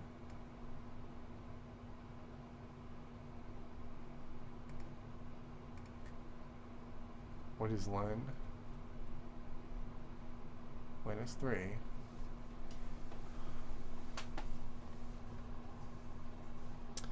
Allow new frontmost to move. I don't know. There's something here, but it seems right.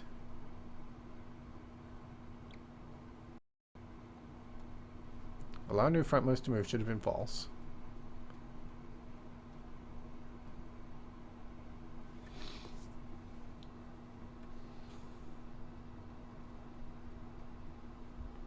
It should be this case. It should have been false. It should have, once there was an object in there,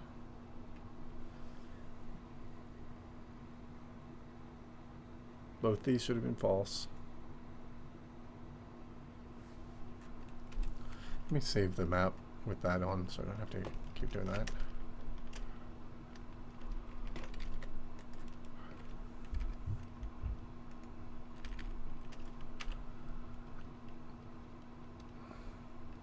That is jumping really far. It's not going to the right spot. Yeah, okay, and then the splitter is wrong, and then that makes everything else wrong. Okay. So first of all, splitter output should have been this case and this case, which should feed to slot 0. Position 0.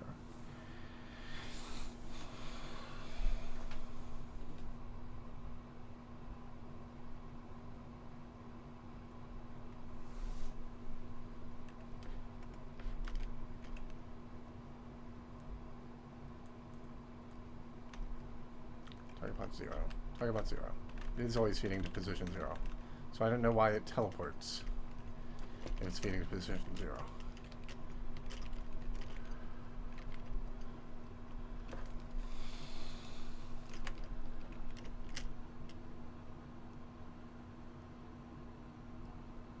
That's not feeding to position 0. That's pretty clear. It's feeding way ahead of 0.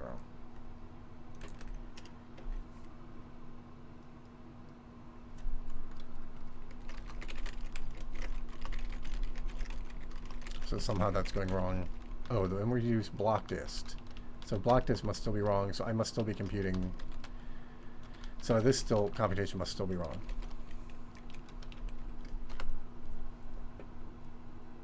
Although, no, that would teleport even further. Block dist of 0. Block dist of 0. Target pause, still 0. Target slot, 0.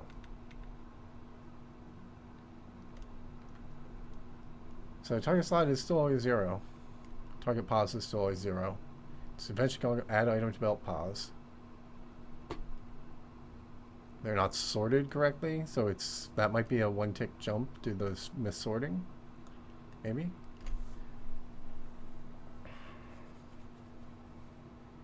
The one on the right should be sorted correctly, and the one on the left isn't sorted correctly. That would be my expectation. But the jump was happening on the right. I'm pretty sure.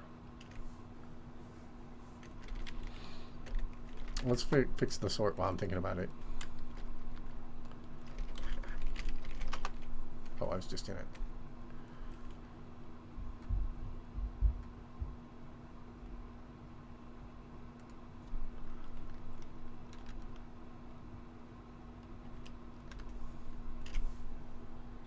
That's got me annoying to do.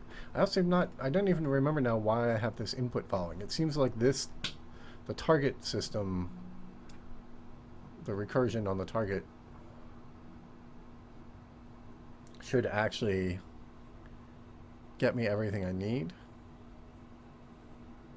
It doesn't seem like I should need to traverse the targets at all, the inputs at all, to get the sorting to work. And which would be good, because if I don't have to visit this iteration, then I don't have to maintain inputs at all. I think that's the only thing that uses the input ID. If I don't have to maintain them, that fixes a problem that I was talking about the other day with the back pointers, which I don't remember if I fixed it or if I just waved my hand at it. All right, so back to this. Why is it skipping blocks?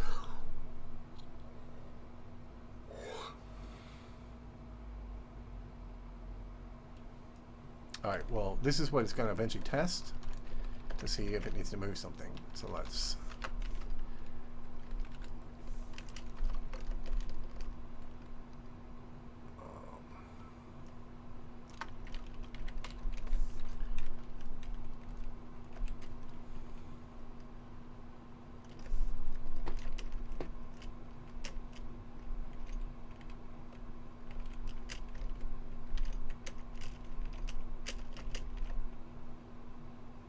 all right. It's ready to move something. We're on the right side.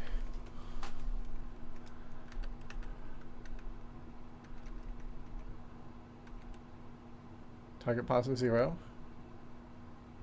Target slot is target start plus target pause.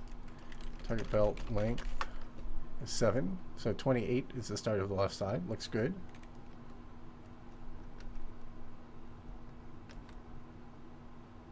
The target slot is empty. And we call this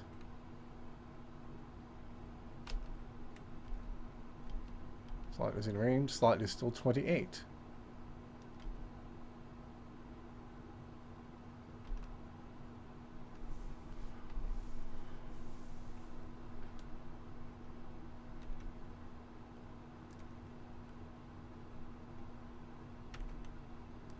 Sure looked like it did the right thing to me there. Oh, right. But then if that side... if that one ticks after it, which it does, right, because we don't have any dependency info, we disabled dependencies. Yeah, okay, so that's just caused by the dependency thing, the skipping. So the skipping is not a bug. It's a dependent, I have to fix the dependencies. So was there anything else I saw, or was it just the dependencies? I had that crash when I rotated one of the things.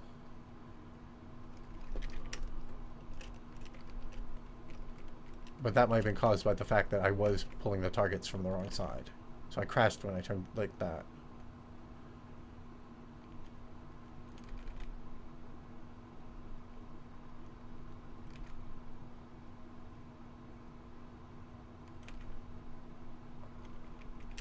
Oh, that one was allowed to push onto that one. That's a bug. So your target... I think if your target is ever a splitter, you just don't want to go. You're not allowed to... Oh, it depends on the facing.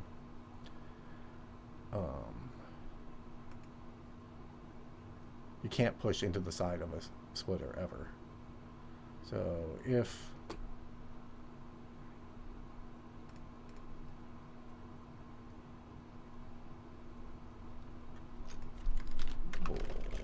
forbid equals false. If target side less than 0, forbid equals true. Forbid. If TB arrow type equals BR splitter and relative facing is not equal to 0, forbid equals true.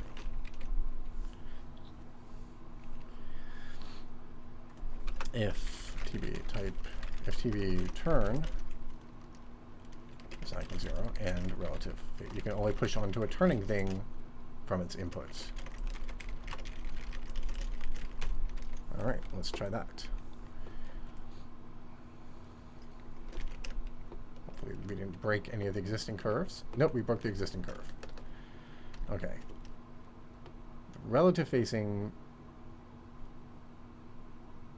the dir for a curve, the output for a curve is the dir plus the turn. So the input direction is just the dir.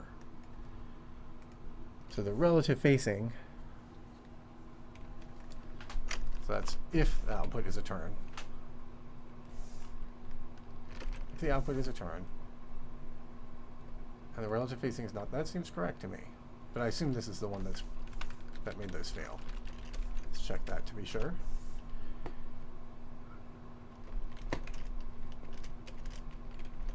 Yep. Something else made them fail. Alright. Did I not initialize forbid? Forbid is false. Not forbid. There you go.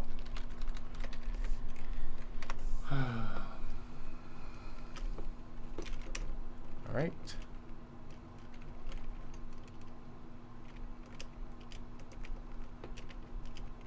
Everything seems to be working.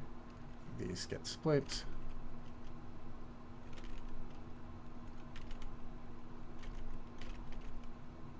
You can't push onto the things.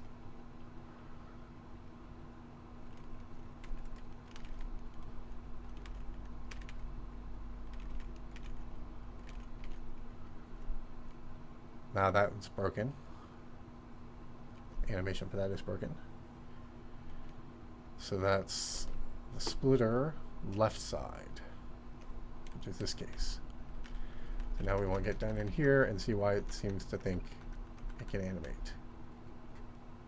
Because if we call forbid, we don't even compute this stuff.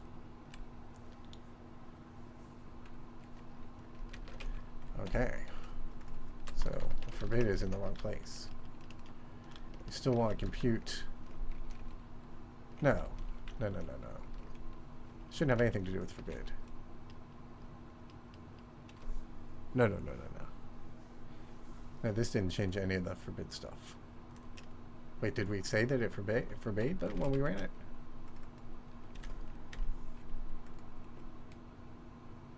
I gotta get back in that state again.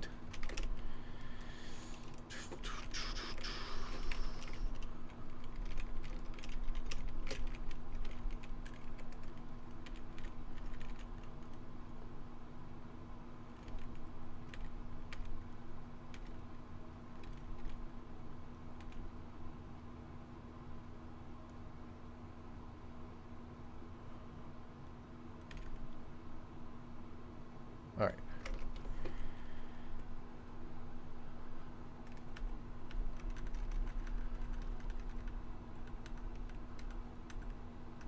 Right, none of the forbids happened. We get in here, block this should be 0. Target pause should still be 0. It is not empty. Target pause is 0. So, is that mobile? No, it should not be mobile. Is its type equals 0? No, its type should not be 0. Okay, so the is mobile failed. Pause less than mobile slots -1.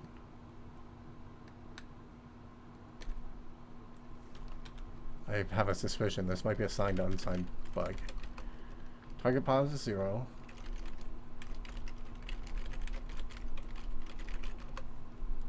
Wait, why does it think there are 12 mobile slots?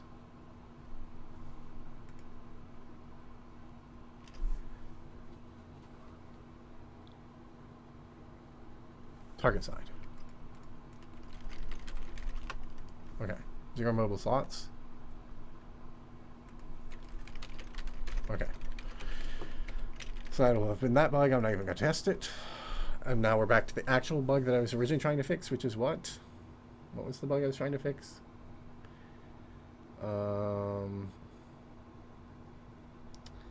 I was cycling through things and I triggered that glitch. Why was I cycling through things? Was I trying to reconstruct? I was trying to reconstruct a crash, and I think that's probably fixed too. So I think the splitter works. Maybe there's something else I needed to do that I'm forgetting.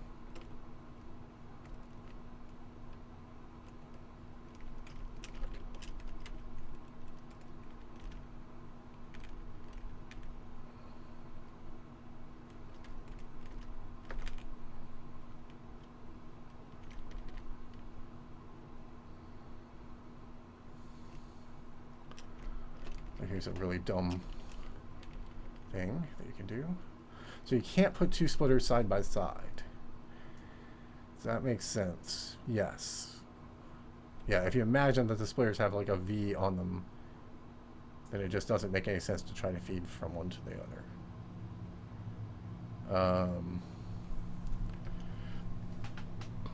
Oh, like a wedge shape.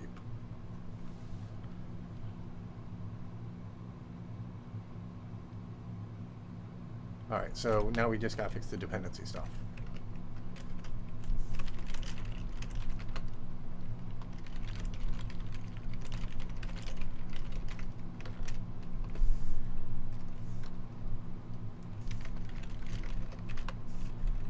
I wish I could remember why I thought I needed input IDs. Machine input ID is a different thing.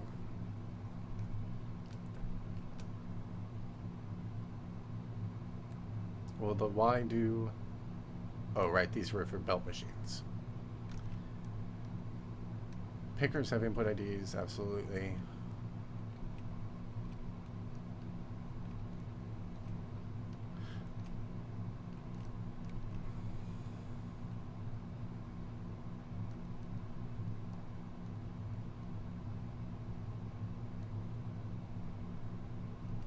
This all needs to be cleared up to use simpler.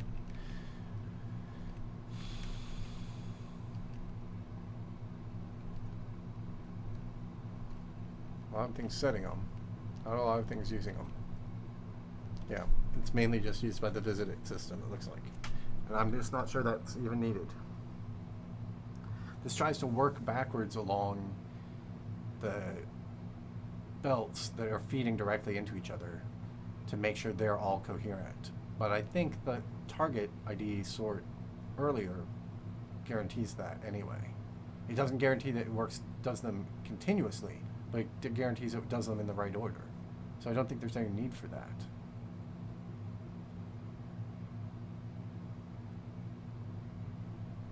Well, I'll leave it in for now, but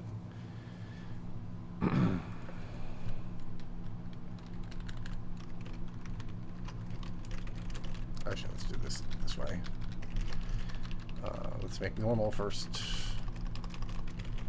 You get target chunk. Okay, and then so v get target chunk.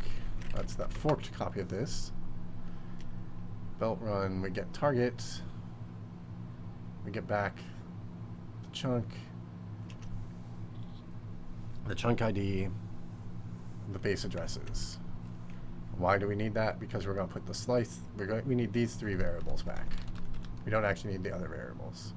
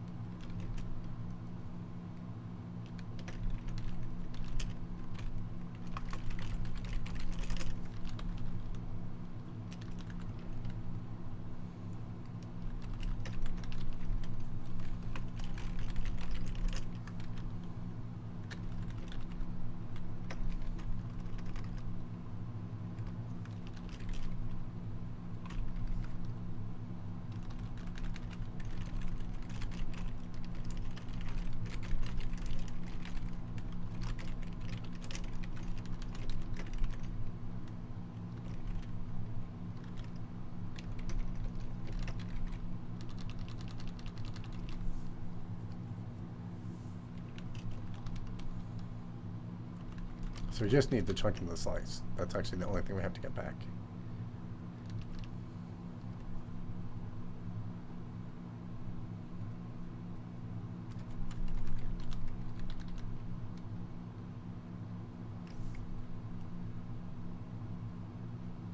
The chunk ID and the slice. No, we do use... No, right, these are all target.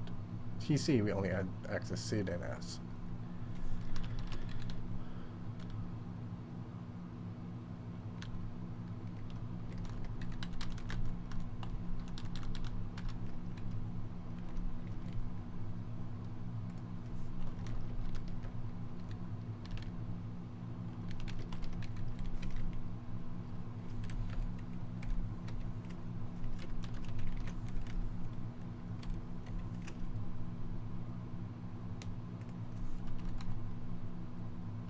Here we keep C for the next loop.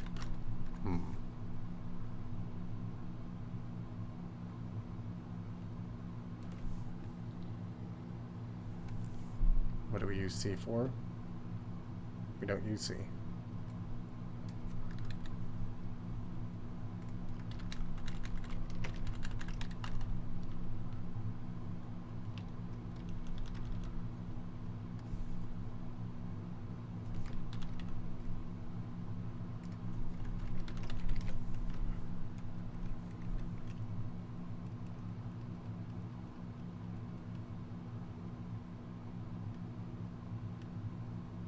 Wait. Okay, we do use C there. Just for that very first bit. But we don't ever use it down here. Okay, so now the splitter needs to get a different target chunk.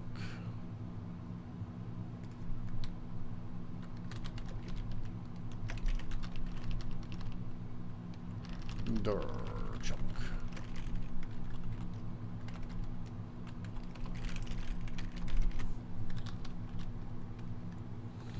Why are these minus? Seriously, why are these minus? Oh, because input goes backwards.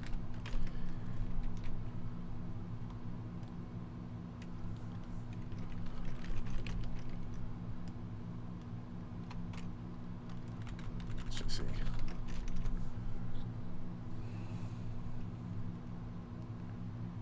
So if you get dir chunk,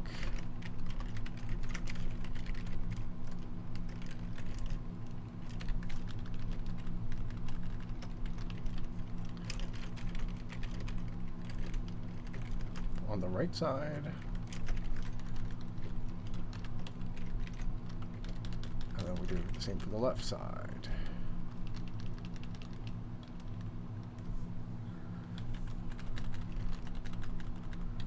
All right.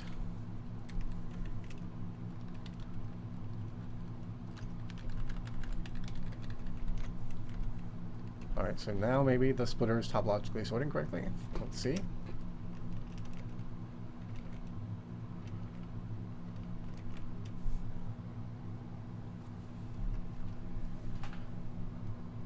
Nope, it still jumps really far.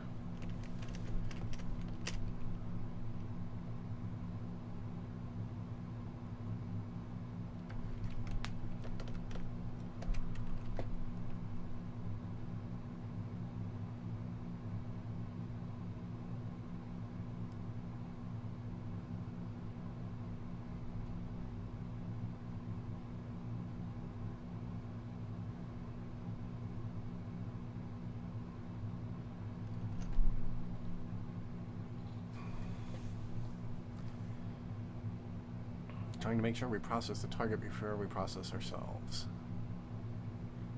So we visit the target.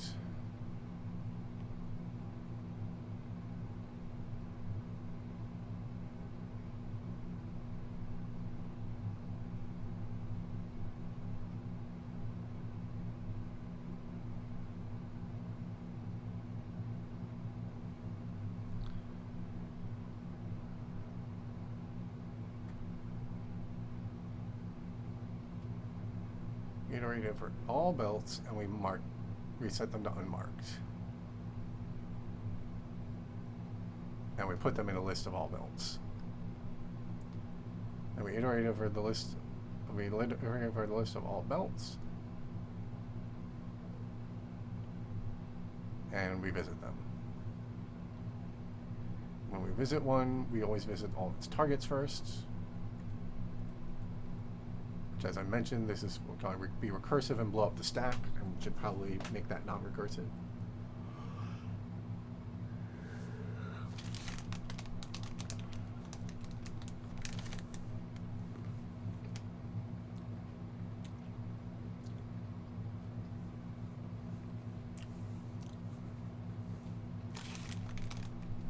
This is the whole reason we turned the splitter into a belt.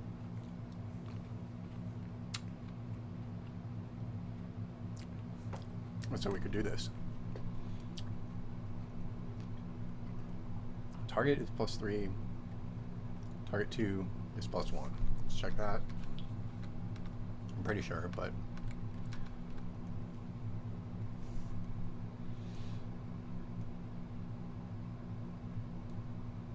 target 2 is +1. Target is +3.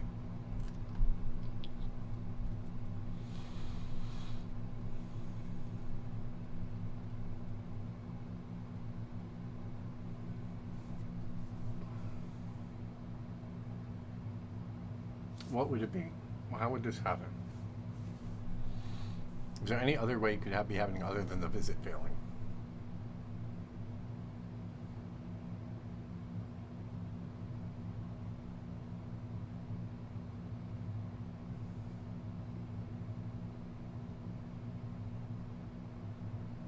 Could it be the input traversal breaks it? Because the input traversal... No, because these just have no inputs.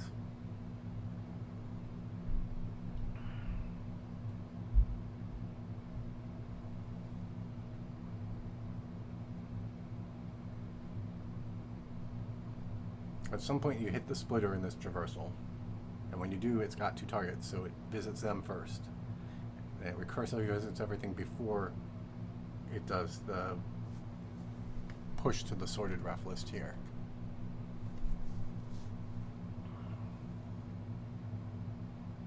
If you were to hit one of those before you visited the splitter, that would be fine. Those would get added to the list before the splitter. That's what you want. You want them to process before it processes the splitter. I may need to make a new map that's just only got 2 things, the splitter and a belt it's feeding to.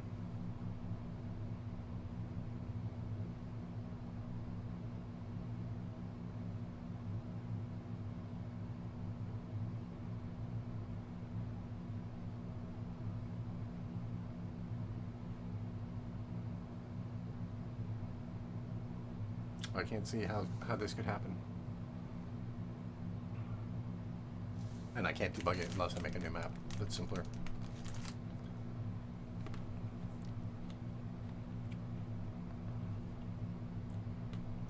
I think. I guess I could debug out.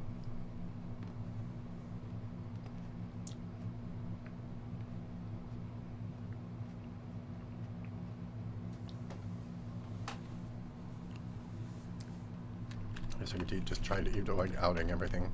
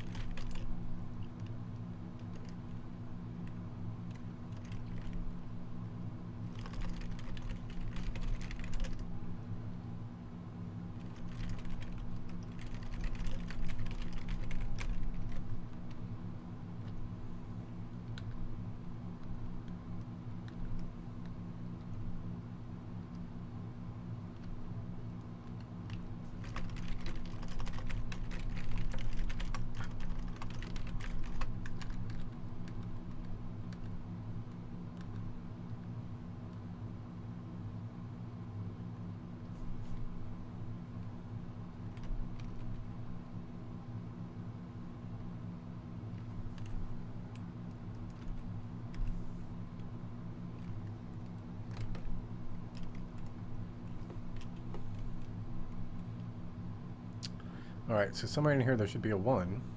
None of them are 1. Why are none of them 1? Why did the splitter not get visited?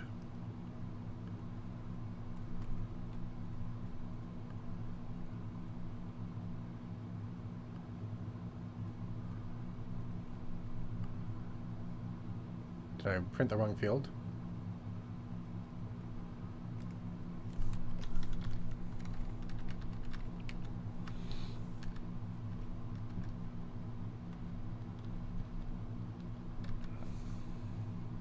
BR type. Why are none of them...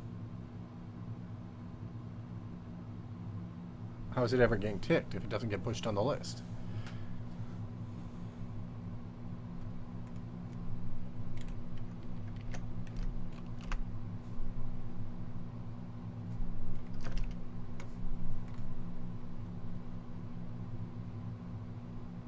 Why are all the other belts not getting ticked?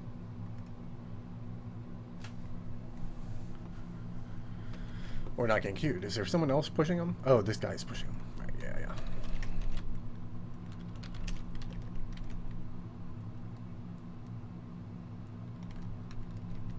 We push these guys without visiting them. So I think this is what's breaking it. This loop that I was saying I'm not sure I even need. I'm not sure why I need it. Okay. So we pick one. We immediately go backwards. Okay, so we happened to pick that final one, the really short one that the splitter goes to.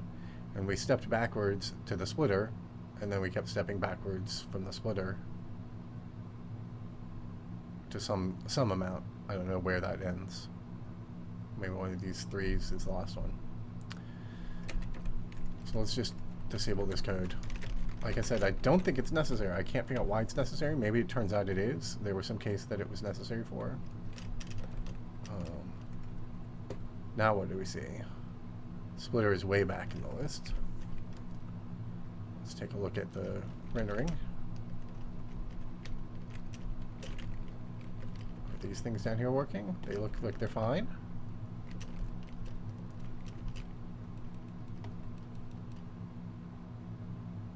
Still jumping a little, but I think that's the right amount. It's consistent on both sides. I think that's how far it should jump. Not positive.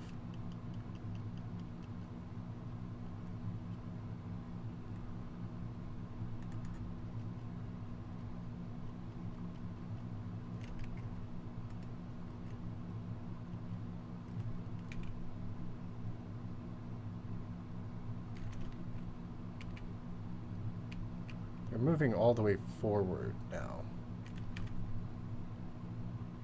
Yeah, you saw it go to there and then teleport to there, which is correct. The splitter doesn't have sideways animations, so it animates to here and then jumps to there.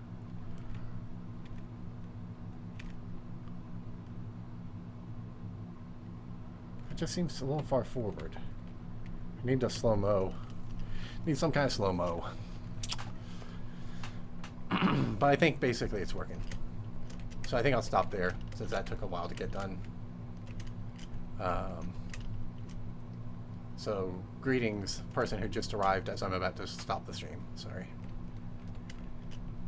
But I think that's basically working. So the question is, did that topological sort change break anything else? And I don't think so.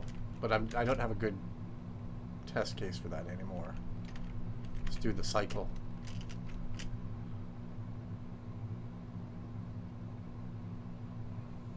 So somewhere there should be a glitch. There's the glitch. Right there.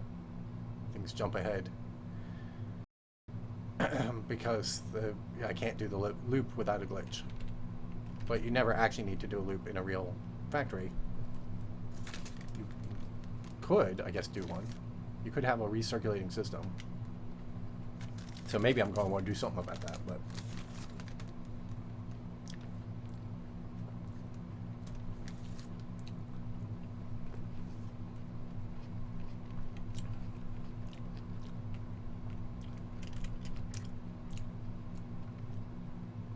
But I think that's basically working.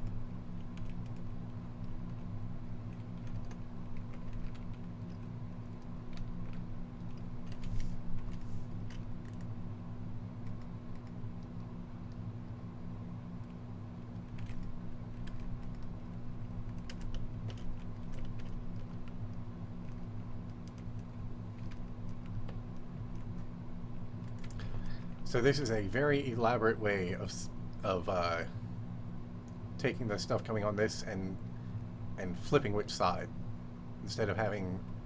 So if it were consistently green on the left and red on the right, then the greens on the left go all the way around like this and end up on the right, and the reds on the right go onto the left. I don't know if there's a simpler way with the current tool set to do that, swapping sides, but there you go.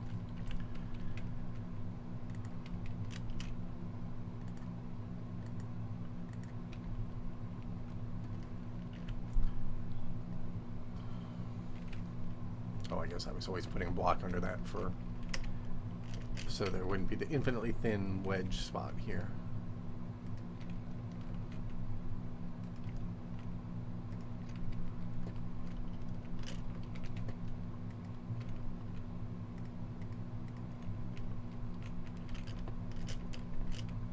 Make it look supported.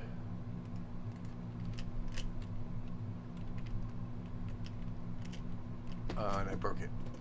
Somehow I broke it.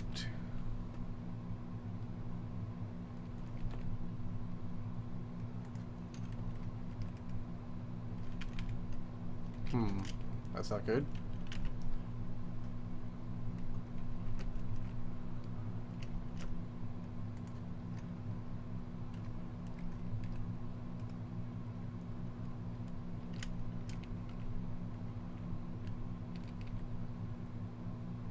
It's interesting because I broke it apparently by deleting the block underneath it. Oh, right, because that's where the marker is. Right, there's the invisible marker, and that's deleting the marker. So I gotta clean up that behavior. Now we're all backed up all the way. Is anything glitching anywhere? Doesn't look like it. Looks like everything's stably backed up. Oh, I saw a glitch here. These are cycling. Why are these cycling? Oh, because this guy is grabbing one. And then they're animating, and these aren't animating. At this, it's hitting this, they're all supposed to animate, and they're not.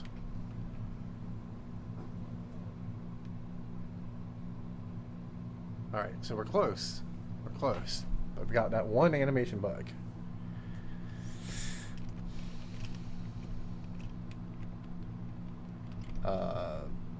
Check the FAQ on Twitch on the left, scroll down.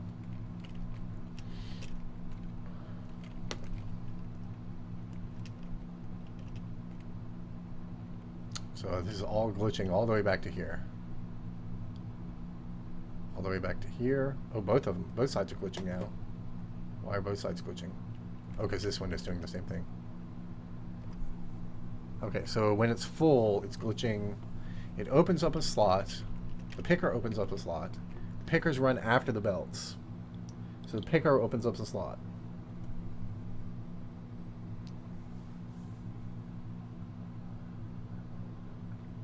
But the belts don't know about it. So the picker goes and says, hey, your mobile slots have changed. It's not mobile slots, it's remove from belt. Remove item from belt. So it removes the item from the belt, and it updates the mobile slots, but it doesn't update the mobile slots for everybody pointing to it.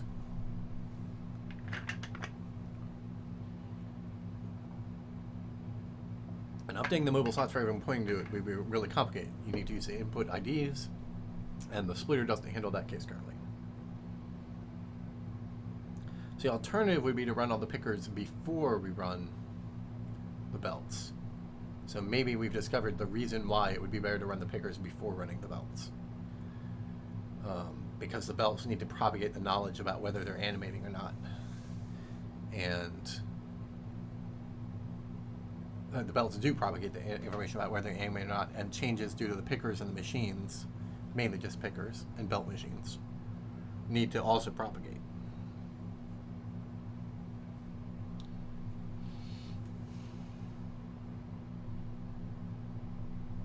But all the code is currently written assuming that the pickers go after the belts. They're picking from certain spots based on knowing that they're on the tick like if they're going to pick from before the belt animation, belt updates have happened. So we could just do another pass of the belts. We could make a second pass over all the belts and recompute all their mobile state. I'd rather not, because that's a performance hit. But it would be a lot simpler. It would let us keep working with the code that's currently working.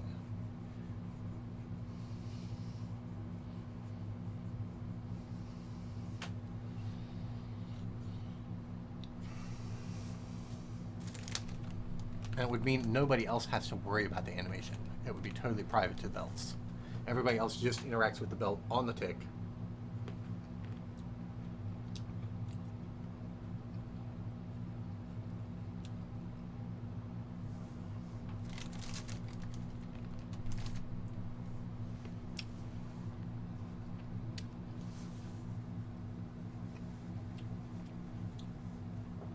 Now, yeah.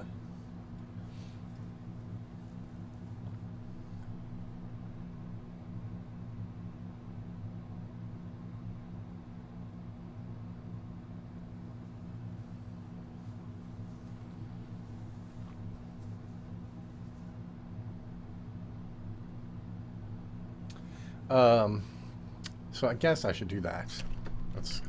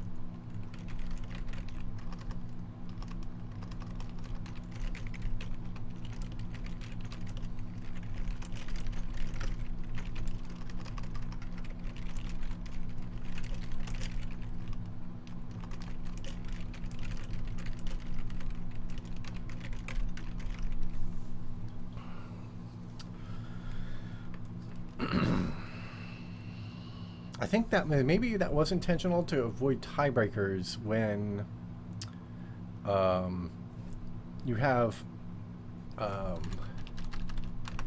belt going that way and a belt going that way, and then another belt going that way. Now normally these two would be combined in a single belt run, but if this is a boundary between chunks, then we have a belt here and we have a belt here, and we have this belt here. And so if this belt ticks and then this belt ticks, this one can feed into the last slot of this belt, preventing this guy from doing it. And normally the rule is the ones that are continuous always get to win feeding. The guys coming in from the side always lose if on a tie break. So that would break this tie. However, I just changed this, or I have once upon a time changed this, so these no longer feed into the 0th slot, the one that these guys are targeting. These now feed into the first slot. So they're not competing with this one anyway. So I think that's why it's not needed now. That's certainly a reason it might have been needed.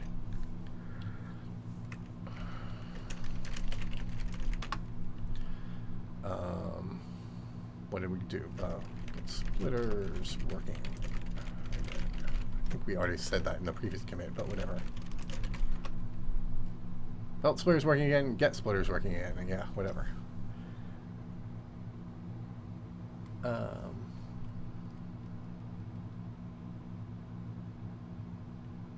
So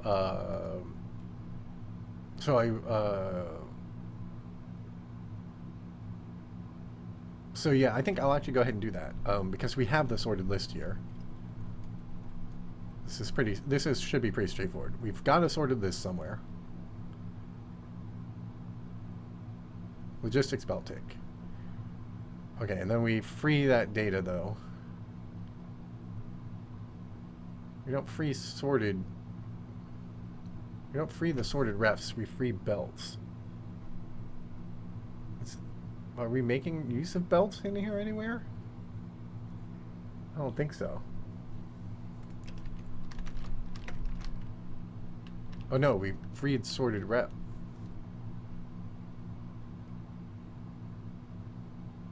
Oh, that's a global, right? Yeah, so we're just freeing that, right? Okay. I think we're done with belts here. Let's check that.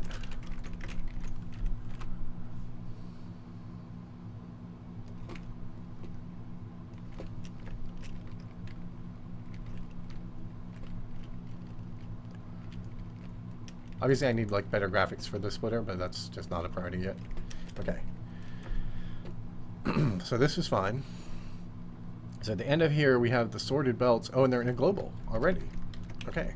So we just have this sorted ref list that we can process. Here's the old processing code. Let's fix sort order. Sort order. Sort order is selected belt. Replace, replace, replace. And it's an extern. Let's check where it is. Oops.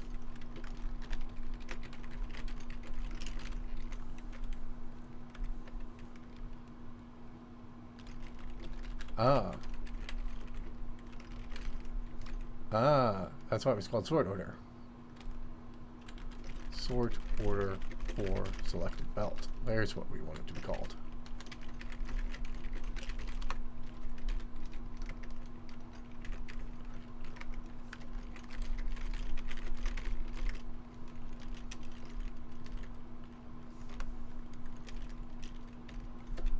All right. So, if we copy this code out, this is part of what? Logistics do long tick. Where does it do the machines and stuff? It does the machines here, so it doesn't even need to be a global. Then after we've done all the machines, boom, we go back over all of them in sorted order, and we say logistics belt compute. Oh, but it's gonna have to recompute all the target stuff twice. Oh, so inefficient.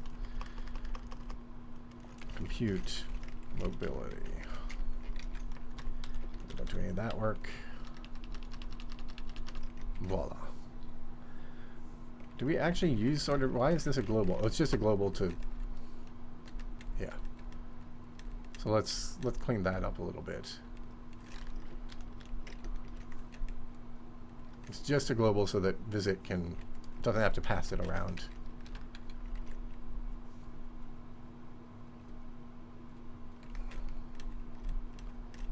So let's do this way. Do this at the end of the function when we're done with it, instead of keeping it around. We were currently keeping it around for the whole frame, or for the whole 16 frames, and then the next time we did a long tick, we would finally reset it. So we'll just reset it when we're done with it. I mean, maybe there's some use to keeping it around, but it'll go wrong once you edit. So logistics belt compute mobility. Okay. Oh yeah, so we do still need to do the updates.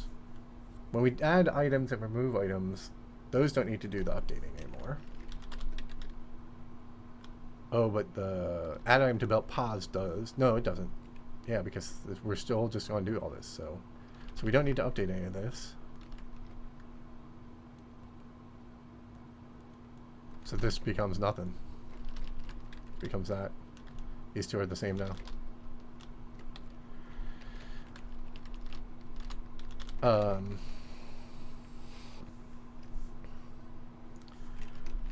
Mobile slots.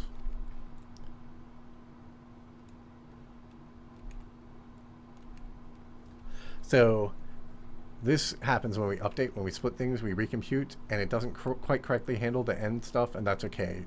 It'll fix itself on the next tick. So when you do an edit, there might be one tick where animation screwed up and whatever. Maybe someday we'll fix that. Maybe we don't care.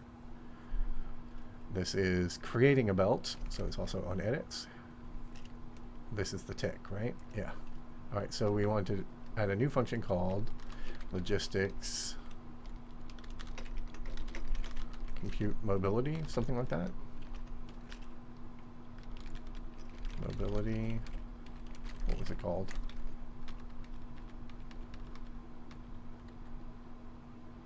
Logistics belt compute mobility. And for now, we'll just let it compute everything that we were computing before. We don't do this. We don't update anything. Anything that actually updates, we don't do. But we still need to know about our targets. We still want to know about forbidding. Still need targets. We just don't update. Get rid of the asserts that are redundant. The allow new frontmost to move is important. We don't move all the objects. Determine which slots are animating. We don't do the global hack. And then we go back to this one and we get rid of these computations.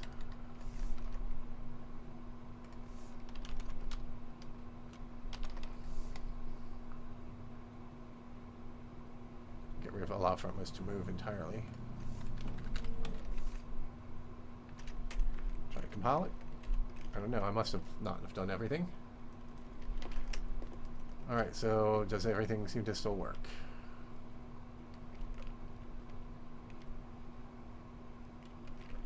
Let's get some stuff backing up here. Oh no, actually we needed to get all the way to here.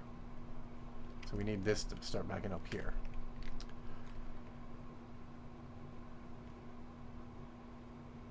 What we're checking is that things stop animating, that the belt content stop moving.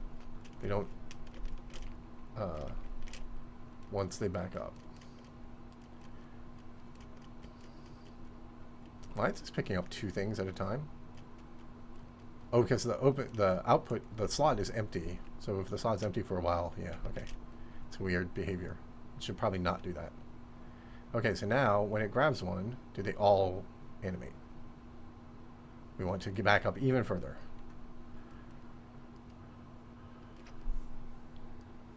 And see that these all the way back here are animating. It looks like they are. Looks like we fixed that.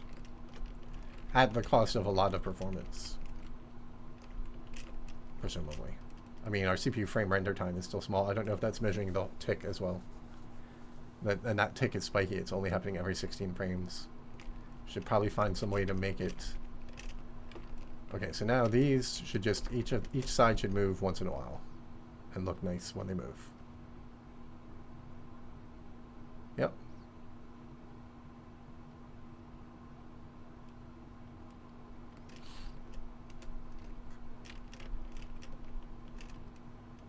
Everything looks good. I think we're done.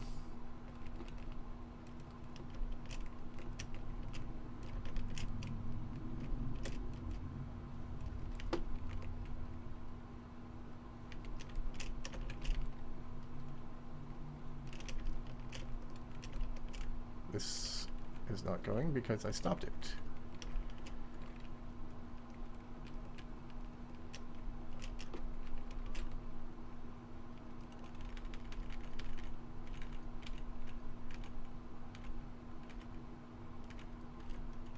So I don't have an easy way to clear that stuff. Watch this stuff all get up to here and then start backing up again.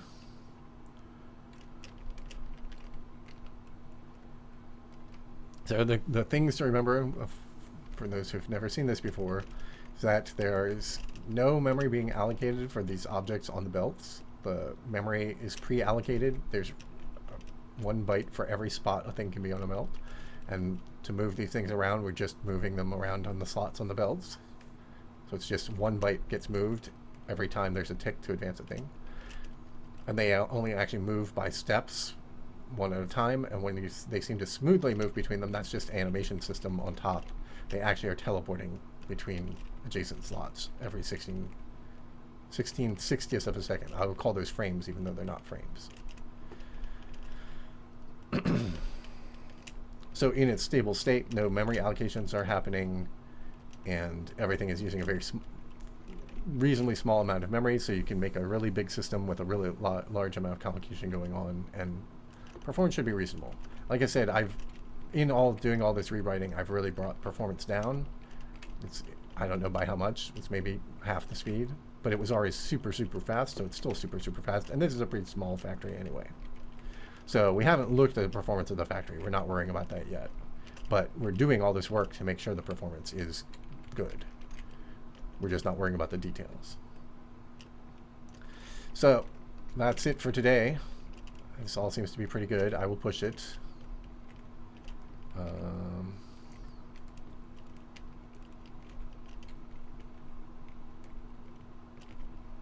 And maybe on Friday we'll do another long session, since I've been doing them every Friday so far for a while now, for a few weeks.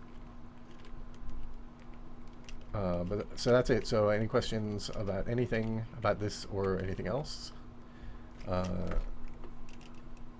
me get rid of those outputs.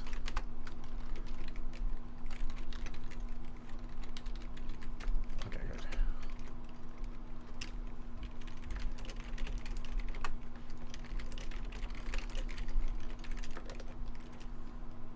good. And if there are no questions, I'll stop the stream and then answer any straggler questions as usual. So I'm caught up to my Twitch delay. I don't know if you guys are. So yeah, that's it. See you next time.